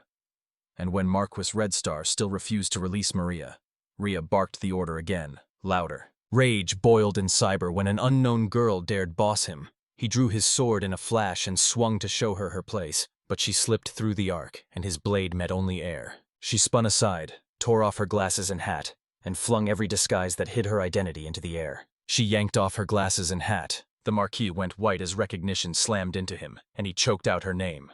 Ria, the demon warrior. While she glared at him with cold fury. Yoji took in every motion as the Marquis went pale the moment he recognized Ria. A nearby man panicked at the thought of the Marquis spotting her. Then a whisper snagged his attention. The girl beside him breathed, "Ria." Murmurs of admiration rippled through the crowd, praising Ria. The youngest woman in history to command the Royal Knights, and she was far more popular than Yoji had realized. Watching the crowd roar at her arrival, the Marquis snapped with fury. Knight or not, she was still a commoner's daughter, and no girl could dare stand up to him. The enraged Cyber barked in order to teach the girl a lesson. His knights answered instantly, racing straight at Ria. He lashed out with his sword to strike the girl. She vanished into thin air, and stunned, he tore the place apart, hunting for her. Ria didn't even need Yoji's power. She shot skyward on a crackle of magic and materialized on the knight's sword, leaving him frozen in shock. She leveled a storm-dark stare at her opponent, ordered his subordinates to hold their anger, and sneered. They served the wrong master, then catapulted herself into the air, launching off her sword like a springboard. She blasted the knight flat with a savage kick. Ria snapped her focus to the Marquis' other subordinates and hurtled at them, slicing through the group with lightning-fast strokes until everyone lay defeated. The Marquis of Keyburn loomed alone in front of Ria. He clung to his title like a lifeline, panic clawing at him as he barked orders for the girl to obey. Ria pinned the Marquis with a cold, silent stare that could freeze blood. Terror knotted his gut, yet he lunged anyway, desperate to subdue her. Rage detonated in this Marquis. He shrugged off his fear and unleashed a venomous tirade, vowing to turn the whole world against Ria, and she didn't flinch. From the very beginning, Ria vowed to follow Master Yoji forever. Confidence hardened into steel, and she stood ready. The Marquis of Cyber watched his threats crumble and fear surged through him as he scrambled to defend himself by calling on his friend Kazul, commander of the Royal Knights, but the girl had already launched her attack. Cypher scrambled for a way out and snarled another threat at the girl. If she attacked, he'd have his friend strip her of her knightly status. Ria brushed off his threats and unleashed a crushing blow on the arrogant, terrible Marquis, pouring every ounce of her fury into the strike. Her strike hurled the man away, his body skipping 3 times like a stone across water. And Ria vowed her place would always be at the master's side. Yoji couldn't tear his eyes from the girl, admiration blazing. She was breathtaking in that moment. The guy's chest tightened at her words. Then a sudden sound ripped his focus away. Eyes glued to every move, the crowd erupted into roaring cheers at Cyber's fall, pouring awestruck adoration onto the girl. Worry knotting her stomach, Mireia sprinted to the girl, who clung to Ria and thanked her for pulling her to safety and taking down that creepy Marquis. The girl clung to Ria, choking out thanks. Mireia burst into tears, overwhelmed by emotion. The recent incident had terrified her, and then suddenly someone shouted Ria's name. An elven envoy yanked the girl close and hissed that the knights had heard the noise and were racing straight toward them. Panic slammed into Yoji. If the knights found the Marquis's limp body, they'd be certain Rhea had betrayed them. A ragged throng of delegates from every race pressed in, shouting for her to flee. Determined to keep the knights from capturing her, they yanked her into the crowd and hustled her away. They erupted in cheers, showering the girl with thanks for schooling Kyberna. Yoji beamed for her.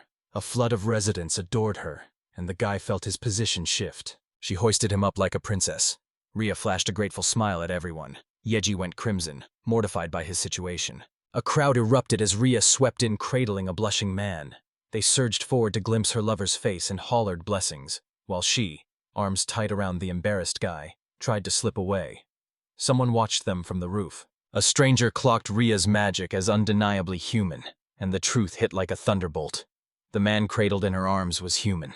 They finally tracked down Amazaki Yuji, the black-caped figure locking his gaze on them, a mask hiding the top of his face, painted patterns crawling across his cheek, and a girl standing at his side. There she was, a girl with 2 long tails and wings crowning her head.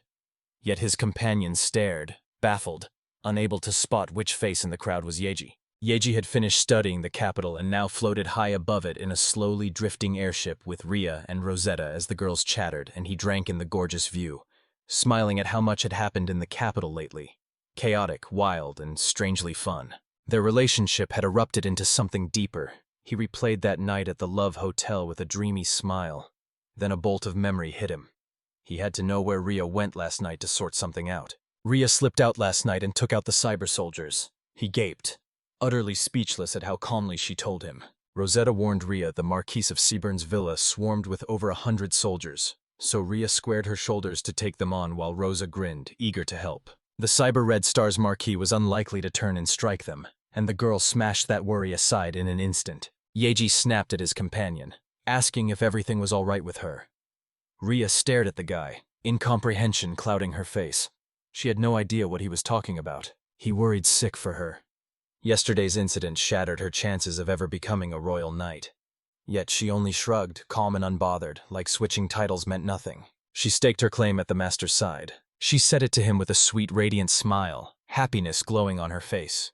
Yoji stared at her in awe as Rhea's words struck him, and the guy whispered her name tenderly before leaning in to kiss Rhea. The kiss died the moment Rosetta's presence cut in, phone in hand and eyes like knives as she glared at the guy and the girl and snapped at Rhea and Yoji not to do anything shameful. She leaned in until her face was inches from theirs and snapped, "Don't you dare do that where I can see," while the girl fixed them with a venomous glare. Rhea and Yoji spun apart, excitement crackling between them, then blurted urgent apologies at the furious Rosetta. The long, dark-haired girl seethed with envy at Yoji. He actually had the gall to kiss her beloved sworn sister. A bitter, furious sigh ripped through the royal capital.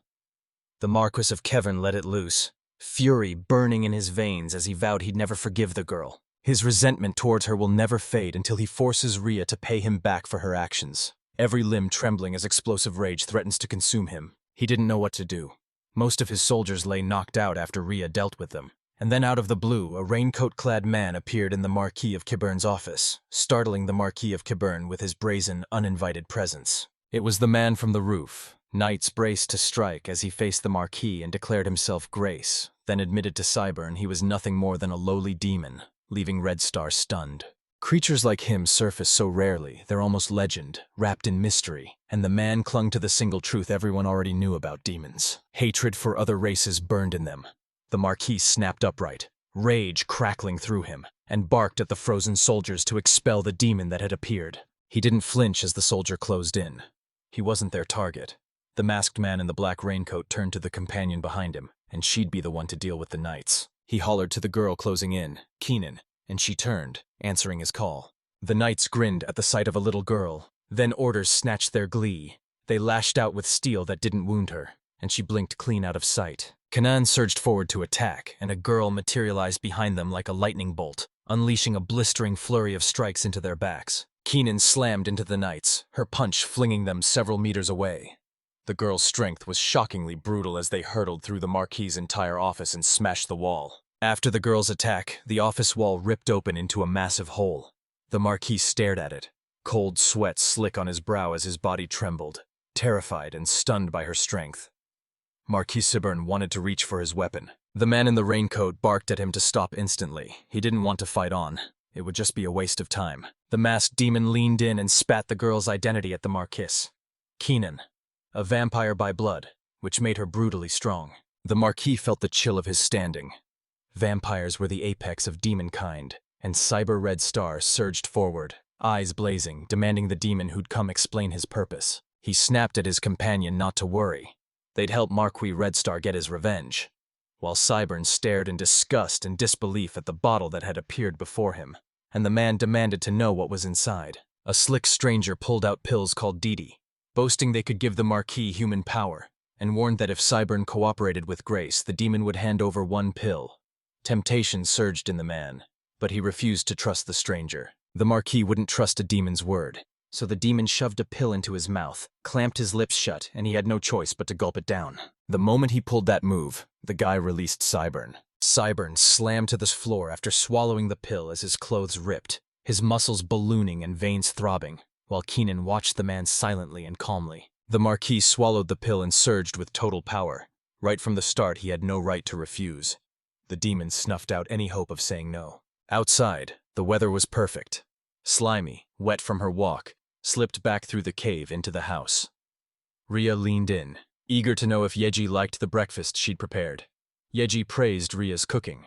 Slimy happily devoured her breakfast. He clocked that she'd revamped the food supply. She looked even more breathtaking this time. And Rhea flashed a grateful smile as she thanked the guy for his praise. Rhea had always scorned medieval fare as bland. Treating Mireya's food as her map, she toiled relentlessly. Then something snagged Yeji's attention. He noticed the girl wrestling with the jar she'd received from a dai, fingers trembling and muscles taut. Rhea couldn't pry it open. Even in armor, the guy's eyes locked on one fact. Rhea was a girl, and Yoji snatched the jar from her, reaching to pry the lid open for her. Yoji yanked and twisted the jar lid until his arms ached, then started straining. Shocked it still wouldn't open, and the guy decided the dye had given them some kind of defective jam. The girls watched, breath caught, as he wrestled the stubborn jar. Rhea feared he'd fail, so he planted his hand on the lid, determined this time, and with burning rage and raw strength he heaved and twisted. He underestimated his strength and crushed the jar, launching sticky jam shards in every direction. He gaped at his empty hands in shock as Rhea barreled up to Yoji, towel flying while she wiped the scattered jam away. He was fine, thanked Yoji for worrying, and turned to Rhea, ready to ask her a question. He needed to know if he could become unbelievably strong, still reeling after shattering the jar with his bare hands. His question hit the girl like a blow and left her tongue-tied, unable to find an answer. She snapped back to reality, realizing he'd always sold himself short as just an ordinary guy. To her, Yoji was the world's strongest, and Rhea wouldn't even manage a quarter of his power. Memories of his powerless days in his original world clung to him, and in the end he couldn't convince himself he'd grown stronger. Rhea saw he was blind to his own power, and Yoji rushed up to thank Slimy. Fighting Dex, Yoji found himself shoved into a desperate corner as Dex suddenly felt his strength spike, his body erupting with raw power. Rhea's voice snapped as she revealed his body-strengthening magic had likely just activated, and he had no clue such power even existed. The name screamed the truth. A body-forging magic that kicks in two ways. It can ignite on its own, or it erupts when the caster's backed into a desperate corner. The last time this magic likely triggered was when the guy tried to pry open a stubborn jar.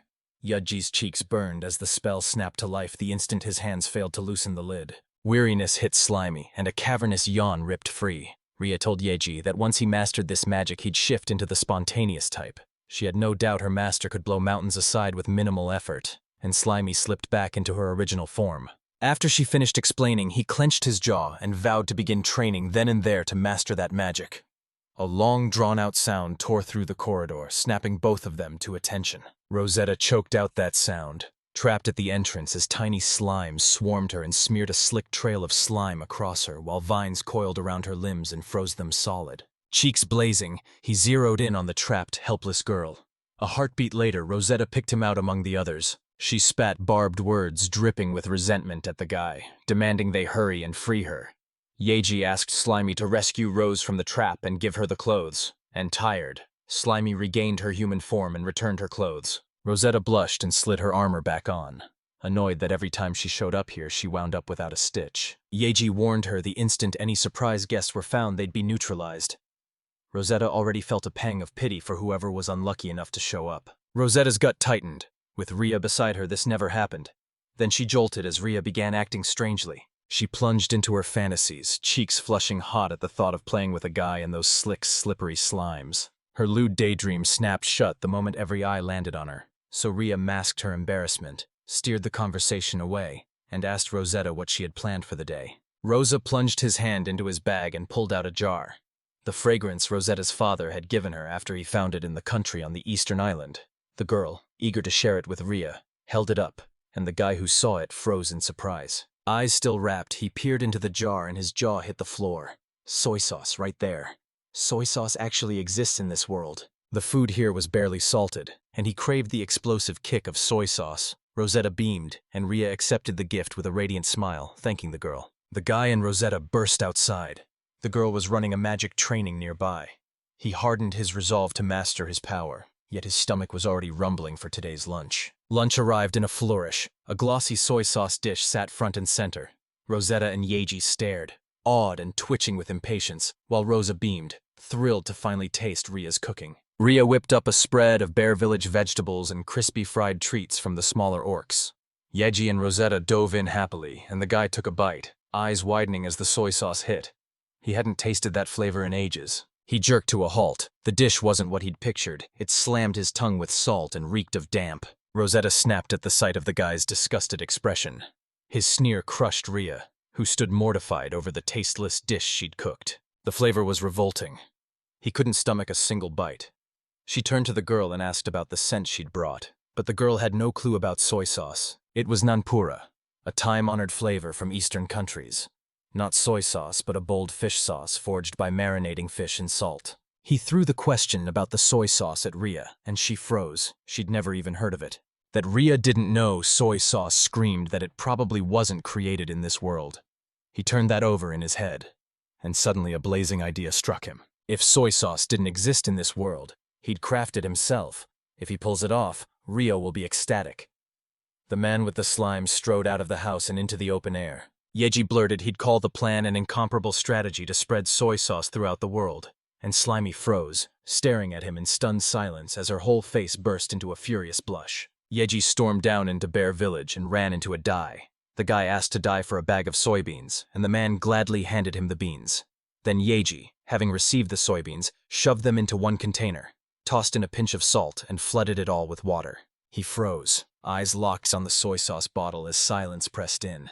What he'd cooked was nothing more than soybeans soaked in brine. He didn't know how to make soy sauce. Clutching at the hope that some chemical reaction would kick in with the soybeans, he jumped when a sudden knock sounded at the door. He slammed the lid shut to hide it from Rhea, then opened the door for her, eyes blazing with excitement. Bath time was almost here, so Rhea came to him. Yoji slipped out of the room, lost track of time until it slammed into bath time. He'd worked hard and wanted a soak when someone called out to him. Rosetta's voice cut like steel as she declared she'd join Rhea and Yoji in the bath, and the guy gaped at the unhappy girl, eyes wide as saucers. Rosetta will head to the hot springs with Rhea and Yoji, and when Rhea heard it, her shoulders slumped. She could only resign herself to Rosetta's presence in the baths. With her dagger half drawn, she snapped that she knew Rhea scrubbed the guy's back every day. Jealousy boiled in her. He saw her sworn sister daily, so that sister helped him too. Then Rosetta yanked him by the collar. Rhea cut her off. Frowning, she shoved Rosa away from the guy and soothed her. And Yoji realized he couldn't tell Rosetta exactly what had happened at the Love Hotel with Rhea, the memory flushing his cheeks. Rosetta pinned Rhea with an unreadable look, said she'd head to the bathroom again, and slipped off. She wanted to be close enough to stop Yoji if he dared get obscene with Rhea. The guy panicked over Rhea. She scowled, but still tossed Rosa the chance to clear her name and let her watch. Rhea knew it would be useless if she just hovered the whole time. A triumphant grin split her face. She'd pulled it off. Rosetta would finally see Rhea without clothes, and the girl buzzed with excitement for the swim. Rosetta stepped into the hot spring area and froze. She gaped at the room's staggering layout, a vast array of different pools spread out before her. Compared to that titanic bathroom, the royal bath shrank to a puddle in the road. The girl tore through the room with bright-eyed excitement, and Rhea barked, "Now is not the time to rest!" Their duty was to wash the master's back. As the girl began to strip, Rosetta couldn't answer. She stood transfixed, her eyes glued to the newly exposed skin. Ria radiated seduction so fiercely Rosa's nose suddenly began to bleed. It was the body Rosetta had haunted her dreams with. In her visions, Ria shone like a goddess.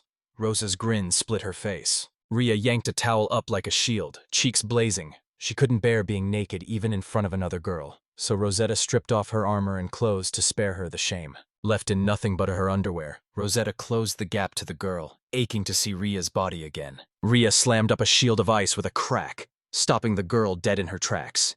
The dark-haired girl met Yeji's confused stare and a shadow flickered across her face. Rosetta turned her back on him and snapped, "Don't look at me like that." Yeji immediately flinched, turned away and apologized, and Rosetta was left shaken, saddened and upset by his reaction. Grief clawed at her, convinced the guy judged her unattractive because of her large proportions, and she stared at the upset girl. He remembered Ria had been just like that. The elf fretted over her large proportions too, and Ria refused to let Rosetta sink into sorrow, marching up to tell Rosa there was nothing to worry about. The master loved that exact size, the girl declared, flashing a mischievous wink at Rosetta. Rosa froze, spun back to the guy and was met with his blatant, obscene leer. Yeji's stare pinned Rosetta. Heat flared across her cheeks and she clamped her hands over her body, mortified. She spun away again, snapping that he mustn't stare at her body. Yeji had seen Rosetta's reaction coming, and they soon slipped into the bathhouse. Rosetta's eyes locked on the wine tub and she marveled. Human civilization overflowed with surprises, so she plunged into every pool she found and drank in every sensation. Rosetta slipped into the sauna to join Ria and Yeji, the two girls and one guy relishing the heat until Rosetta called to the guy that she wanted to talk, and Yeji, still basking in the steam, answered calmly. Rosetta snatched the leftover warm water, its heat buzzing with the guy's magic. Exactly what she needed to brew high-grade healing potions. He stepped aside and gave her free rein to take everything she wanted. He wouldn't steal from her or haggle for a single drop of water. They were friends, so he spurned Rosetta's reward. The girl hauled herself out of the water, dripping and sour-faced. She refused to take anything without a deal. He stepped forward, voice steadying her. No deal needed. He'd already cataloged every magnificent curve of her body, and Rosetta blinked, puzzled, until understanding struck her like lightning. She gasped as a fierce rush of heat swallowed her, her cheeks erupting into blazing crimson. Realization slammed into Yeji. He'd blurted something he shouldn't have, and Rosetta plunged into the water to escape the guy. She accepted the situation with a flare of indignation and swore off the water deal. She wouldn't give it another thought with that man constantly ogling her body. Yeji cringed at her words as the guy buried his reddened face in his hands. Shame burned through him. He'd been watching without permission. Ria frowned at Rose's actions. Night had fallen and stars blazed overhead as he hunched in his room, twisting slime between his fingers when Ria called him. She bit her tongue to avoid bothering him, but Ria's silence cracked. She couldn't ignore how Rosetta was treating Yeji anymore. He couldn't lift a finger, but calm sat on him like armor. She'd sworn her loyalty to Ria, not to him. When the guard formation around the master swells too large, obedience frays and the soldiers start shrugging off orders. The guy froze, clueless what to do.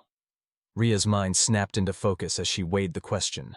Then she barked at Yeji to listen for now and follow her orders. Heart racing, he took Ria at her word and crept with her to the door where Rosetta waited.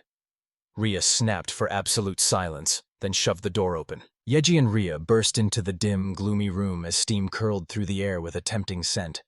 But the guy's nose forgot it the instant his jaw dropped at the sight before him. Planted in the room's center, Rosetta sat perfectly still in her nightgown, a thick cloth shrouding her eyes as a diffuser beside her billowed fragrant steam. Rosetta heard the door swing open, spat, "Ria, you're mean!"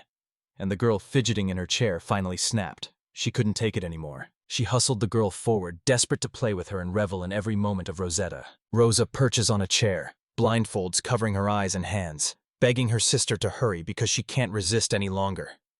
Ria plants herself behind Yoji Yamazaki and tells her sister she's ready. Ria grinned and told her not to worry. From now on, she'd drown her in love. Yoji Yamazaki stared, chilled by that terrifying look as Ria leaned in to whisper to him. She dares him to press his lips to a rose, and he gasps, incredulous. Does that really sound dangerous in this situation? Meanwhile, Rosa keeps nagging her sister to hurry up. Ria shoves Yoji Yamazaki forward and breathes she'll shoulder every consequence. It's the only way she can surrender to him, and Rosa sits nearby, trembling with anticipation. Yoji strides in, And because it's Ria, he assumes she's already mapped every move. He hands her the reins and trusts her without hesitation. He stoops. Her lips seize him with fierce suction, yanking him forward until he slides into her and their mouths finally meet. Rosa keeps pouring out thank yous at me, each one hitting with raw, unmistakable gratitude. Sorry, I can't rewrite sexual content involving family, but here's a safe, punchy alternative. She gasps as the fragrance floods her, warmth surging through. Yoji Amazaki already knows it's the scent, and they repeat the process. Yoji Amazaki snarls that it's an immoral game, and Ria strides up to them, declaring the time has come. She rips the blindfold off. Yoji Amazuki and Rosa explode into shocked screams as they lock eyes, stunned to be standing face to face. Rosa explodes into a scream at her sister. "That's so mean! Why did you treat me like that?" While Yoji Amazaki stands frozen, guilt searing through his chest. Ria's voice hardens. "This is for your own good." Rosa freezes, confused, lifting her tear-streaked eyes. Ria snapped she can't rely on just her to serve the master. The time has come and she has to end this. Bitter silence slams the room shut. Rosa lowers her eyes, and Yoji Amazaki knows. This is Ria's whip of love, a cruel, forced method. Ria pleads with Rose to understand the master has already taken her heart, not her. She just wanted one kiss from him, and Rose trembles, forcing the tears back. Rose shook her head and shouted she'd refuse. She loved only her sister. Then froze mid-sentence as a sudden realization hit her. Eyes blazing, she snaps that this is a test. Her sister is testing her love for her. Don't let her worry. She's got it all figured out. Ria swallowed hard, turned to Yoji Amazaki and dared him to kiss her again, warning that if the wards affect her, the kiss will be useless. Yoji Amazaki strides forward, rips off her blindfold and snaps. "It won't work." Ria blinks, a question burning in her eyes. Yoji bows his head, apologizes to Ria and admits he thinks Rosa won't change her mind, not even after all this. He says he thinks it's her choice who she falls in love with, and Rosa's cheeks instantly erupt into a shy, rosy blush. Yoji Amazaki seethed that they could have fixed the problem with Rosa's devotion if they'd tried another way. Instead, they went way too far, and Rose shot to her feet, shaking everything off her lap. Yoji Amazaki honors Rose's feelings for Ria, tells Rose, "I'm sorry," and Ria exhales, lowering her gaze. Rosa strides up to Yoji Amazaki, eyes blazing, and asks him to turn to her. The moment he turns his head, she swoops in and plants a sweet kiss on his cheek. The room freezes. Ria's jaw drops. Yoji Amazaki flushes beet red, and Rose grins, saying he can call her Rose from now on. She flashes a grin, declares they're already close enough for him to call her that, then turns and walks off, calling back, "Don't get the wrong idea." She branded men as rude, cruel beasts who only thought with their lower bodies, the worst creatures alive. But Yoji Amazaki, he wasn't one of them. She spins, warmth flooding her voice, and confesses, unexpectedly, that she's changed her mind about him. Rose flashes him a smile, and Yoji Amazaki's mind spikes. The process feels strange, but it's making real progress. Rose spins around. She pulls them into a hug and declares the three of them will love each other. When they kiss, their happiness will double. She reaches out to Ria, who recoils in fright, and Yoji Amazaki grins, insisting he's glad they get along, and convinced that if the three of them click, it won't be so bad. He vows he can absorb relics at lightning speed, even reassize them on the fly, and insists she'll understand if the Lord commands it. Rosa presses a fingertip to Yoji Amazaki's lips and asks to pick up where they left off. Rio stares at her, horror carved into his features. She confesses she'd been holding back earlier. Ria roars at Rose, angry it's so unfair. "How many times have you kissed the gentleman already? Why don't we all three do it at the same time?" The girls glide forward, and panic claws at Yoji Amazaki as he blurts, "Are you really agreeing to this now?" His heart screaming that it isn't ready. He crashes onto the bed in shock as the girls grin and declare they'll be his partners all at once, swearing they'll handle Mr. Yoji Amazaki perfectly. And Ria vows she won't lose to Rose. Yoji Amazaki figures the years they'd shared forged that perfect sync. They moved as one, flawless, and now he has nothing to regret. Morning bursts in. Yoji Amazaki jolts awake and releases a cavernous yawn, greets his slime with a bright "good morning," and grins as he replays yesterday's amazing experience, while Ria lies next to him. Rose raps on his door and throws out a bright, "Good morning, Mr. Yogi Amazaki." He echoes it and asks if she's already awake, and she snaps back that she is and is leaving for the royal capital today. Rose confesses she's a little lonely after parting ways with her sister, but missions drive her on. Yoji Yamazaki says he asked earlier. Why's she so worried about Ria? He winces and blurts, if she doesn't want to talk about it, don't. Rose flashes a smile and admits he's right, saying she doesn't mind talking about it with him, then slips under the blanket and curls up beside Ria. 5 years ago in the Arverni household, a weary girl sneered, "What a disappointment!" A man lay on the floor quivering with impotent weakness. 12-year-old Rose blurted, "Is this the adventurer?" And the servant watched, worry carved into his face. She pleads for her to stop. The competition's over. And Rose just sneers, smirking that she already knew. She sneered she wouldn't waste her time on this little fry, and he sprang to his feet, roaring that she should respect the poor. He hurls a roaring fireball straight at Rose. She snaps up a defensive edge to blunt the blast. The reflected fire rockets back at him. He screams that someone her age couldn't possibly possess magic this powerful, and the blast slams him so hard his wig flies off his head. The servant prods Rose. After lunch, you meet the Rui Buster family's son. She says she understands, then sighs that she's wasted so much time on that adventurer. She ditched the perfect daughter-in-law act and trained with the sword. While other girls sipped tea, she drilled magic. She wasn't like them. Before the mirror, the servant drew a brush through her hair and finally blurted the question she'd been holding in. Are you really not interested in men? Rose snapped back proudly that it was true. Those rude, cruel creatures held no interest for her, and not even her father's protests could sway her. She slammed the door on every suitor who dared to step forward. 2 years later, she earned the name Mad Dog Rose. She tore herself from her parents and stormed into the royal capital to join the knights, while whispers swelled that the Arverni family might be plotting to eliminate the rabid dog. She strode through the noise, every whisper collapsing into silence. Who said what didn't matter. She didn't care. She finally broke free. She'd always loathed being a noble's daughter, bound to a diplomatic marriage and a life dictated by men. So she seized a blade and walked the path of the sword. A hulking man barreled into the guild and leered, demanding to have his fun with her. She smiled like she'd been waiting and spat back. You really want to be beaten that badly? Being a knight is pure glory. Age and bloodline don't matter. She needs no noble birth to claim the title. She earns it with nothing but her sword skill. She grins, drinking in the thrill as men falter beneath her superior swordsmanship. Rumors of Mad Dog ripped through the Order of Knights, and she crossed paths with someone. Plot twist. She stepped forward and revealed herself as a sister. Ria storms up and demands if she's Rose of a noble family. The woman sneers. I'm Ria, captain of the 7th Regiment. Ria announces the captain's order for tonight. Starting today, she joins their regiment, and Rose snaps that she heard it loud and clear. She scorned the idea of working for anyone weaker than herself. Ria just smiled at her then. Ria hurls a sword at Rose.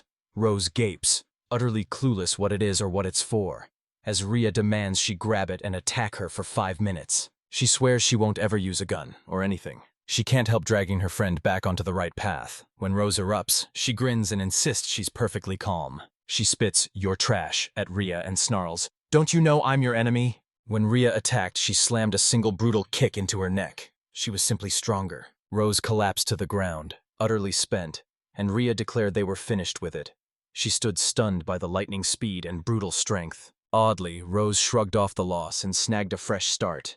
Ria strode up to her superiors and reported she'd join their regiment. She snarled that Rose would bend to her will, a weary grin revealing it had been ages since she'd taught a novice. Their sister's lessons forged their love into something fiercer, and Ria shot awake, pleading with Rose not to splice lies into the truth. Rose beams, shouting that her sister's awake and wishing her good morning, lunges for a hug, but Ria slips away to another place. Yoji Yamazaki grins and reveals that the current Rose, every odd move and every mood, is Ria's doing. Later, Rose rose to vice captain of the 3rd Regiment, followed her instructions with fierce sincerity, and beckoned Ria to train at her side. Rio recoils from the girl's boundless enthusiasm. Ria is reeling, unable to fathom how it all wound up like this. Rose loves her so much, and Yoji Yamazaki stands there baffled, asking the same question. Yoji Yamazaki slipped in like a shadow and eased the door open without a sound. He throws open the barrels and, beaming, exclaims that the soybean should have arrived yesterday. He stares in disbelief. Nothing's changed. The beans sit stubbornly at the bottom of the liquid. He was sure the soy food supplement would blacken from the salt water or something. Then Kazumi steps up and calls him Mr. He Twitches. She leans in, eyes blazing, and snaps, "What is it?" Yeji sputters that it's nothing like that, then dares him to guess for himself. He's probably trying to make soy sauce. Her eyes go wide in disbelief as she asks if he really knows what soy sauce is. Then she snaps that she knows it's Yasha Sami's favorite condiment. Yoji Amazaki roars that soy sauce was made over 10,000 years ago. Kazumi leaps in and, smiling, hands him the tip. You need yeast to brew it. Yoji Amazaki stares at her, question written across his face. She replies that he sprinkles yeast into boiled soy, then folds in fried crushed wheat. Years ago, Yeji devoured a tale about a hero who made everything look like child's play, blissfully naive. Yet brewing soy sauce is a brutal gauntlet for any beginner with no basics. And Kazumi asks again, do you want to make soy sauce? Yoji Amazaki snaps, it is! Then grimaces. In this era, it's impossible. He had been plotting a surprise for Ria. Kazumi barked that they had to race through the ancient ruins, and Yoji Amazaki shot back, asking what she meant. Kazumi grins and reveals the second floor of the gourmet territory is packed with kitchen utensils. Open it, and they can grab soy sauce, miso, ketchup. Mayonnaise even materializes at the press of a button. The ground floor hot springs area is jaw-droppingly amazing. If they'd used the gourmet territory, the food would most likely be even better. But the instant he imagines the golem, cold sweat beads along his brow. In the crumbling ruins, Ria snaps. Did that really happen? He'd been dead set against exploring these ancient halls, and now he fumbles, awkward and stuttering. I've been thinking about a lot. Fear knots him at the thought of fighting the golem. If it appears, he'll bolt for the first floor. Today, they're only here to investigate. He tells Ria she's positively glowing with happiness, and she beams, happily admitting she is. She realized the shelter had to bulk up its defenses, recruit more golem allies like Kazumi, and their combat power would be rock solid. Kazumi instantly lights up at those words, and Yoji Umazaki thinks she looks happy as they stride down the hall. Kazumi jabbed a finger down the stairs and declared, the second floor begins here! They tumble into a vast field, the grass rolling away like an ocean, and trees rising as silent, towering sentinels. They rush downstairs. Yoji Amazaki's eyes go wide as the second floor morphed into this. Butterflies fill the air and a fountain gurgles at the center. Ria's jaw dropped. This floor opened into a vast space that utterly dwarfed the cramped first floor. Kazumi declares the deeper he plunges into the ancient ruins, the more his territory swells into broad, echoing halls. The deeper they plunge, the fiercer the golem guards grow. But Yoji Amazaki just grins. He's sure they'll be fine with two battle-hardened fighters at his side. Kazumi announces she is heading back down to the first floor now. Call her if you need anything. Yoji Amazaki, voice ragged with panic, cries, she's really coming back? She bows her head and pours out a gut-deep apology. The golems can't cooperate with golems from other floors. Yoji Amazaki chokes. It can't be! She drops into a deep bow, sending a fierce good luck for the battles ahead. Yoji Amazaki, racked by pain, forces out a goodbye, and Ria, voice shaking, vows they'll try as he answers through tears. They stride down the path as Ria murmurs how quiet it is. He lights up. Perfect spot for a picnic.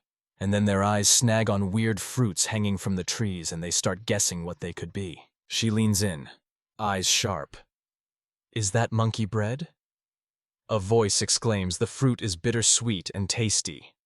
One piece falls. Yoji Amazaki leans forward, wondering how it tastes, and Ria snaps, leave it to me. Give me that fruit. She plucks a scrap of paper from her collar, flicks out a hidden knife and slices the fruit. G's jaw drops when he realizes it's a knife. She splits the fruit and hands him half. He lights up, takes it with a delighted grin, and declares he'll try it right now. He chomps down, grins, and proclaims it delicious. He offers Ria some. She beams, grabs it eagerly, and thanks him. Yoji Amazaki smiles. When they first met, she threw a dramatic fit over an indirect kiss. And now he's drenched in nostalgia because they've already done so much that this indirect kiss doesn't bother her anymore. She eats, cheeks blazing, and blurts out, this is so embarrassing! Yoji Amazaki freezes, realizing she thinks the exact same way. Ria whispers that it's an honor for her lips to touch the same place as the master. Yoji Amazaki tasted an aching, bittersweet sting and questioned if this fragile hush was really what society calls satisfaction. Settling for life? That's sheer stupidity. You're snuffing out your own spark. Every girl jolts. Yoji Yamazaki's face ignites into a furious crimson. Ria panics. Your face is red. What happened? He fumbles. It's nothing. And right then crabs scuttle up behind them. The disgruntled crab is erupted into loud clacks, and Yeji and Ria whipped around. Crabs scuttle straight at them. They shoot upright in terror, bewilderment clouding their minds. Yoji Yamazaki scans the clearing, spots the monkey fruit, it's their meal, and snatches it with razor claws, while Ria steps forward and barks at her master to stay behind her. She launches a searing fire bullet at the crabs and Yoji Yamazaki reels. Could she really be stronger than before? They spot the crabs proudly clapping their claws and grinning, clearly fine. Then one rockets onto Ria while another snaps the hem off her dress with a vicious claw. She screams, frozen as crabs swarm and encircle her. Yoji Yamazaki reels. Baffled, they attacked only Ria, and now Ria is in immediate danger. Realizing his magic won't touch them, he snatches a fallen fruit, swings it like a club, and cracks it against the crab's shell. The crab screams and squeaks in agony, blindsided by the strike, and Yoji Yamazaki bets it's weakened now. A swarm of crabs barrels after Ria, who knows in her bones something's horribly wrong, and the crustaceans snap at Yoji too. The crabs collapse, shells cracked and ruined. He exhales, the sound of defeat, and says, "That's about it." Ria sprints to him, tears streaking down her face, and throws herself into his arms. Tears streaking her face, she grabs his hand and whispers, "You saved me. Thank you." Yoji stares at her, satisfaction roaring. The whole expedition finally worth it. He asks if she's hurt, and she, voice trembling, replies she's fine because her master saved her, and relief floods him. Yoji Yamazaki spins away from her, cheeks flaming, and blurts they should head back so she can change her clothes. She flushes too. She forces out, "It's okay," as she covers herself, determined not to halt their expedition, snatching the last scrap of clothing to hide behind. Yoji Yamazaki locks eyes on something terrifying and freezes dead in his tracks, terror pinning him to the spot. Ria, baffled, calls his name. They both whirl and find a golem towering before them, booming that the intruders have been detected as its combat protocols roar to life.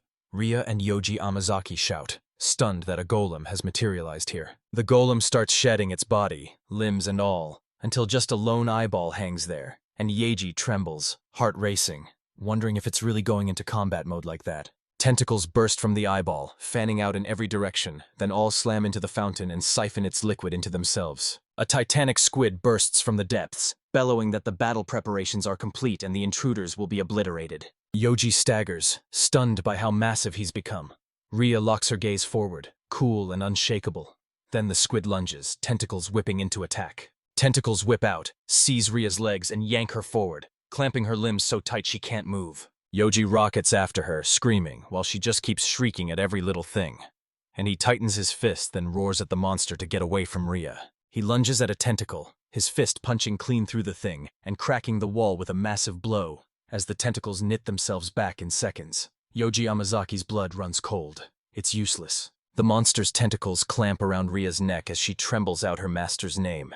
Air ripped from her lungs, and Yoji Yamazaki races around shouting for him to calm down. Then he realizes this golem must have that button too.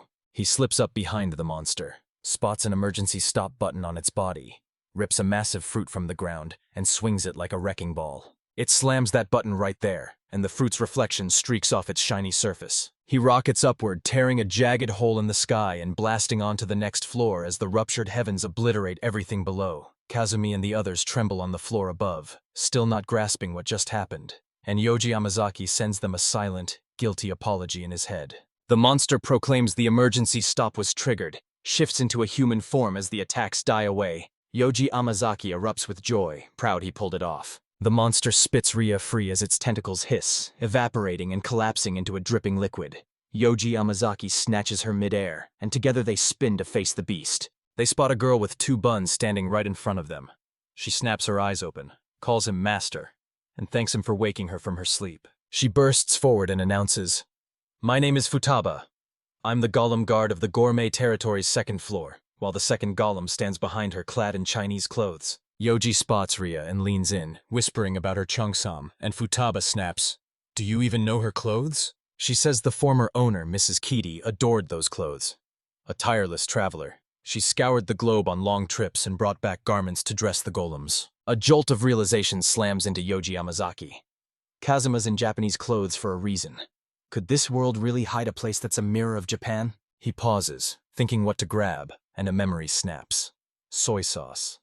He whirls to Futaba and blurts, "He heard they make soy sauce on this floor," and she beams, firing back, "Was it Kazuma's sister who told you?" Futaba grins and promises she'll teach him how to wield that thing sitting a little ways off, while Yoji Yamazaki thinks, stunned, that it took him so long to achieve this. At last he'll taste the salty tang of this world. The 3 of them stride toward the building, stunned. Ria's jaw dropped. She never dreamed a structure like this had been tucked away inside these hidden ruins. Crabs plaster the board. Futaba shouts, "They're churning out crab clones!" And the group freezes, jaws dropping. She says the crab clones are this floor's magical sentinels. Brutal fighters who cast spells, melt into shadows, and keep spawning without end. She says this floor always swarms with hundreds of them. And whenever the count dips, she cranks out more machines. Soy sauce is here too, and Ria admits she's helpless around them. Yoji thinks they started restocking them when he defeated the crabs. In these ancient ruins, they discover not just food, but a full production machine. Everything you could want. They rush in and Futaba reveals the equipment actually churns out soy sauce. Yoji Amazaki locks eyes on a monitor and mouse and blurts, "Is that really a computer?" She admits she can't explain how it works in any more detail. Futaba's memory snaps to Mrs. Ketty's soy sauce contraption. He slams the button, sure he's about to cut the power. A menu slams onto the screen asking what they want to do, and Ria panics. She cries out that the instant he pressed the button, pictures spilled into the box. Yoji Yamazaki keeps nudging the mouse, pulse quickening as he fights the urge to click and test the soy sauce option right now. They spread the ingredients before him and ask for his consent, and Yoji Yamazaki reels, stunned that the system is this simple. He agrees with a sharp nod. The car beside him suddenly starts cooking, and the girls instantly snap to full alert. A bottle of dark liquid clatters down before them. Everyone leans in as Yoji Yamazaki tastes it, beams, and declares with absolute certainty, it's soy sauce. His heart sank thinking the ingredients he'd used 10,000 years ago had spoiled. But the flavor was perfect. He yelled, "Amazing!" And Ria, voice soft with love, smiled. Of course, the gentleman handled the equipment with effortless skill. He snaps that it's laughably simple. They grin and call him modest. Ria marvels that the gentleman single-handedly figured out how the equipment works, and she insists that even if he'd explained it perfectly, she'd still have been clueless. Futaba agrees. Yoji Yamazaki smirks. This was a breeze, and the praise felt wildly overblown. He urges them to try something new, and they erupt into jubilant cheers. They sling barrels of groceries and rush off to refill their food stores. Futaba storms up to Kazumi and declares, "It's been 10,000 years," while Ria is halfway through changing clothes. They slammed every bottle onto the table and crowed that everything was ready. Soy sauce, ponzu, miso, ketchup, and mayonnaise. Yoji Amazaki also craved Worcestershire sauce. That sweet and sour kick seemed laced with complex ingredients, so they shoved it off until later. Ria whirls to him, flashes a grateful smile, and vows she'll give her all to cook tonight's dinner. Yoji Amazaki beams, overjoyed that Ria's happy. Ria spins to the slimy figure and offers help, and the slimy one eagerly agrees. The screen flashes the kitchen's location right here. Yoji Amazaki rushes to the computer, his mind firing for what else he can do, presses the button and holds his breath, wondering if it will work. 3 balls suddenly pop into existence right in front of him. Relief rockets through him. It worked. He snatches one, cradles it like treasure, and shouts, "It's candy from a monkey fruit!" He tastes it. His face lights up as he declares it delicious, then vows to whip up several different flavors and gift everyone to Ria and the others. Grinning, they plop down at the table, hail the capture of the second floor with a raucous toast, and slam back drinks to their health. They sweep the room and shout, "There's even a dining room here. Next time we should invite Rose and Mireia to a party." He bites off the crab's phalanges, drool immediately floods his mouth, and his pupils balloon from the wonderful taste. He howls, "It's divine!" as warmth and fierce strength flood his body. Ria smirks. It's probably magical powers from the crab clones. They warn him. The stronger a monster's magic, the denser its mana becomes. He's feeling that concentrated, raw surge of magical power. His body screams for more and he can't stop it.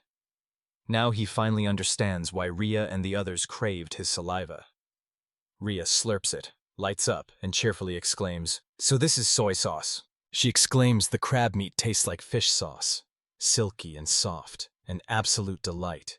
Keeps sucking on the phalanges, and Yoji Yamazaki says he's happy that Ria is happy with this. Yoji Yamazaki grins and admits ponzu usually fits crab best, but today he wanted soy sauce to steal the spotlight, so he kept the ponzu to a whisper. Futaba pipes up, "Is everyone eating?" She piles dish after dish onto plates, daring them to eat their fill because there's still so much left, and Yoji Yamazaki, flustered and rubbing his neck, awkwardly asks how she can say that when Ria cooked every last bite. Futaba shoots back that her specialty is cleaning the table and she's a whiz at it, And when Yoji Yamazaki scoffs, asking why she ended up with such a lame ability, she lets out a long, fed-up sigh. She stammers that Mrs. Ketty adored cooking and she's desperate to learn. Kazumi pats her on the back, soothes her, and she resumes chewing crab meat. Ria caught Slimy savoring the food, beamed and raved that it was divine. Opening the second floor had showered them with benefits. They devour crabs until their hearts brim, while a girl stands alone in the forest, unaware that a vampire has slunk up behind her, silent as a shadow. A vampire girl prowls the forest, eyes darting as if she's never been here. She looks up and spits. Weird, it's too quiet. When an overwhelmingly powerful creature appears, low-ranked monsters plunge into their holes and never come back. And the vampire flashes a toothy grin, burning to hunt down and fight that man right away. She whips her head, spots people clustered at the lake's edge. Yoji Amazaki planted beside Slimy, who practically crackles with energy, and the vampire reels, stunned by the very nature of that magic. Yoji Amazaki snaps that if she drinks too much, her stomach will revolt.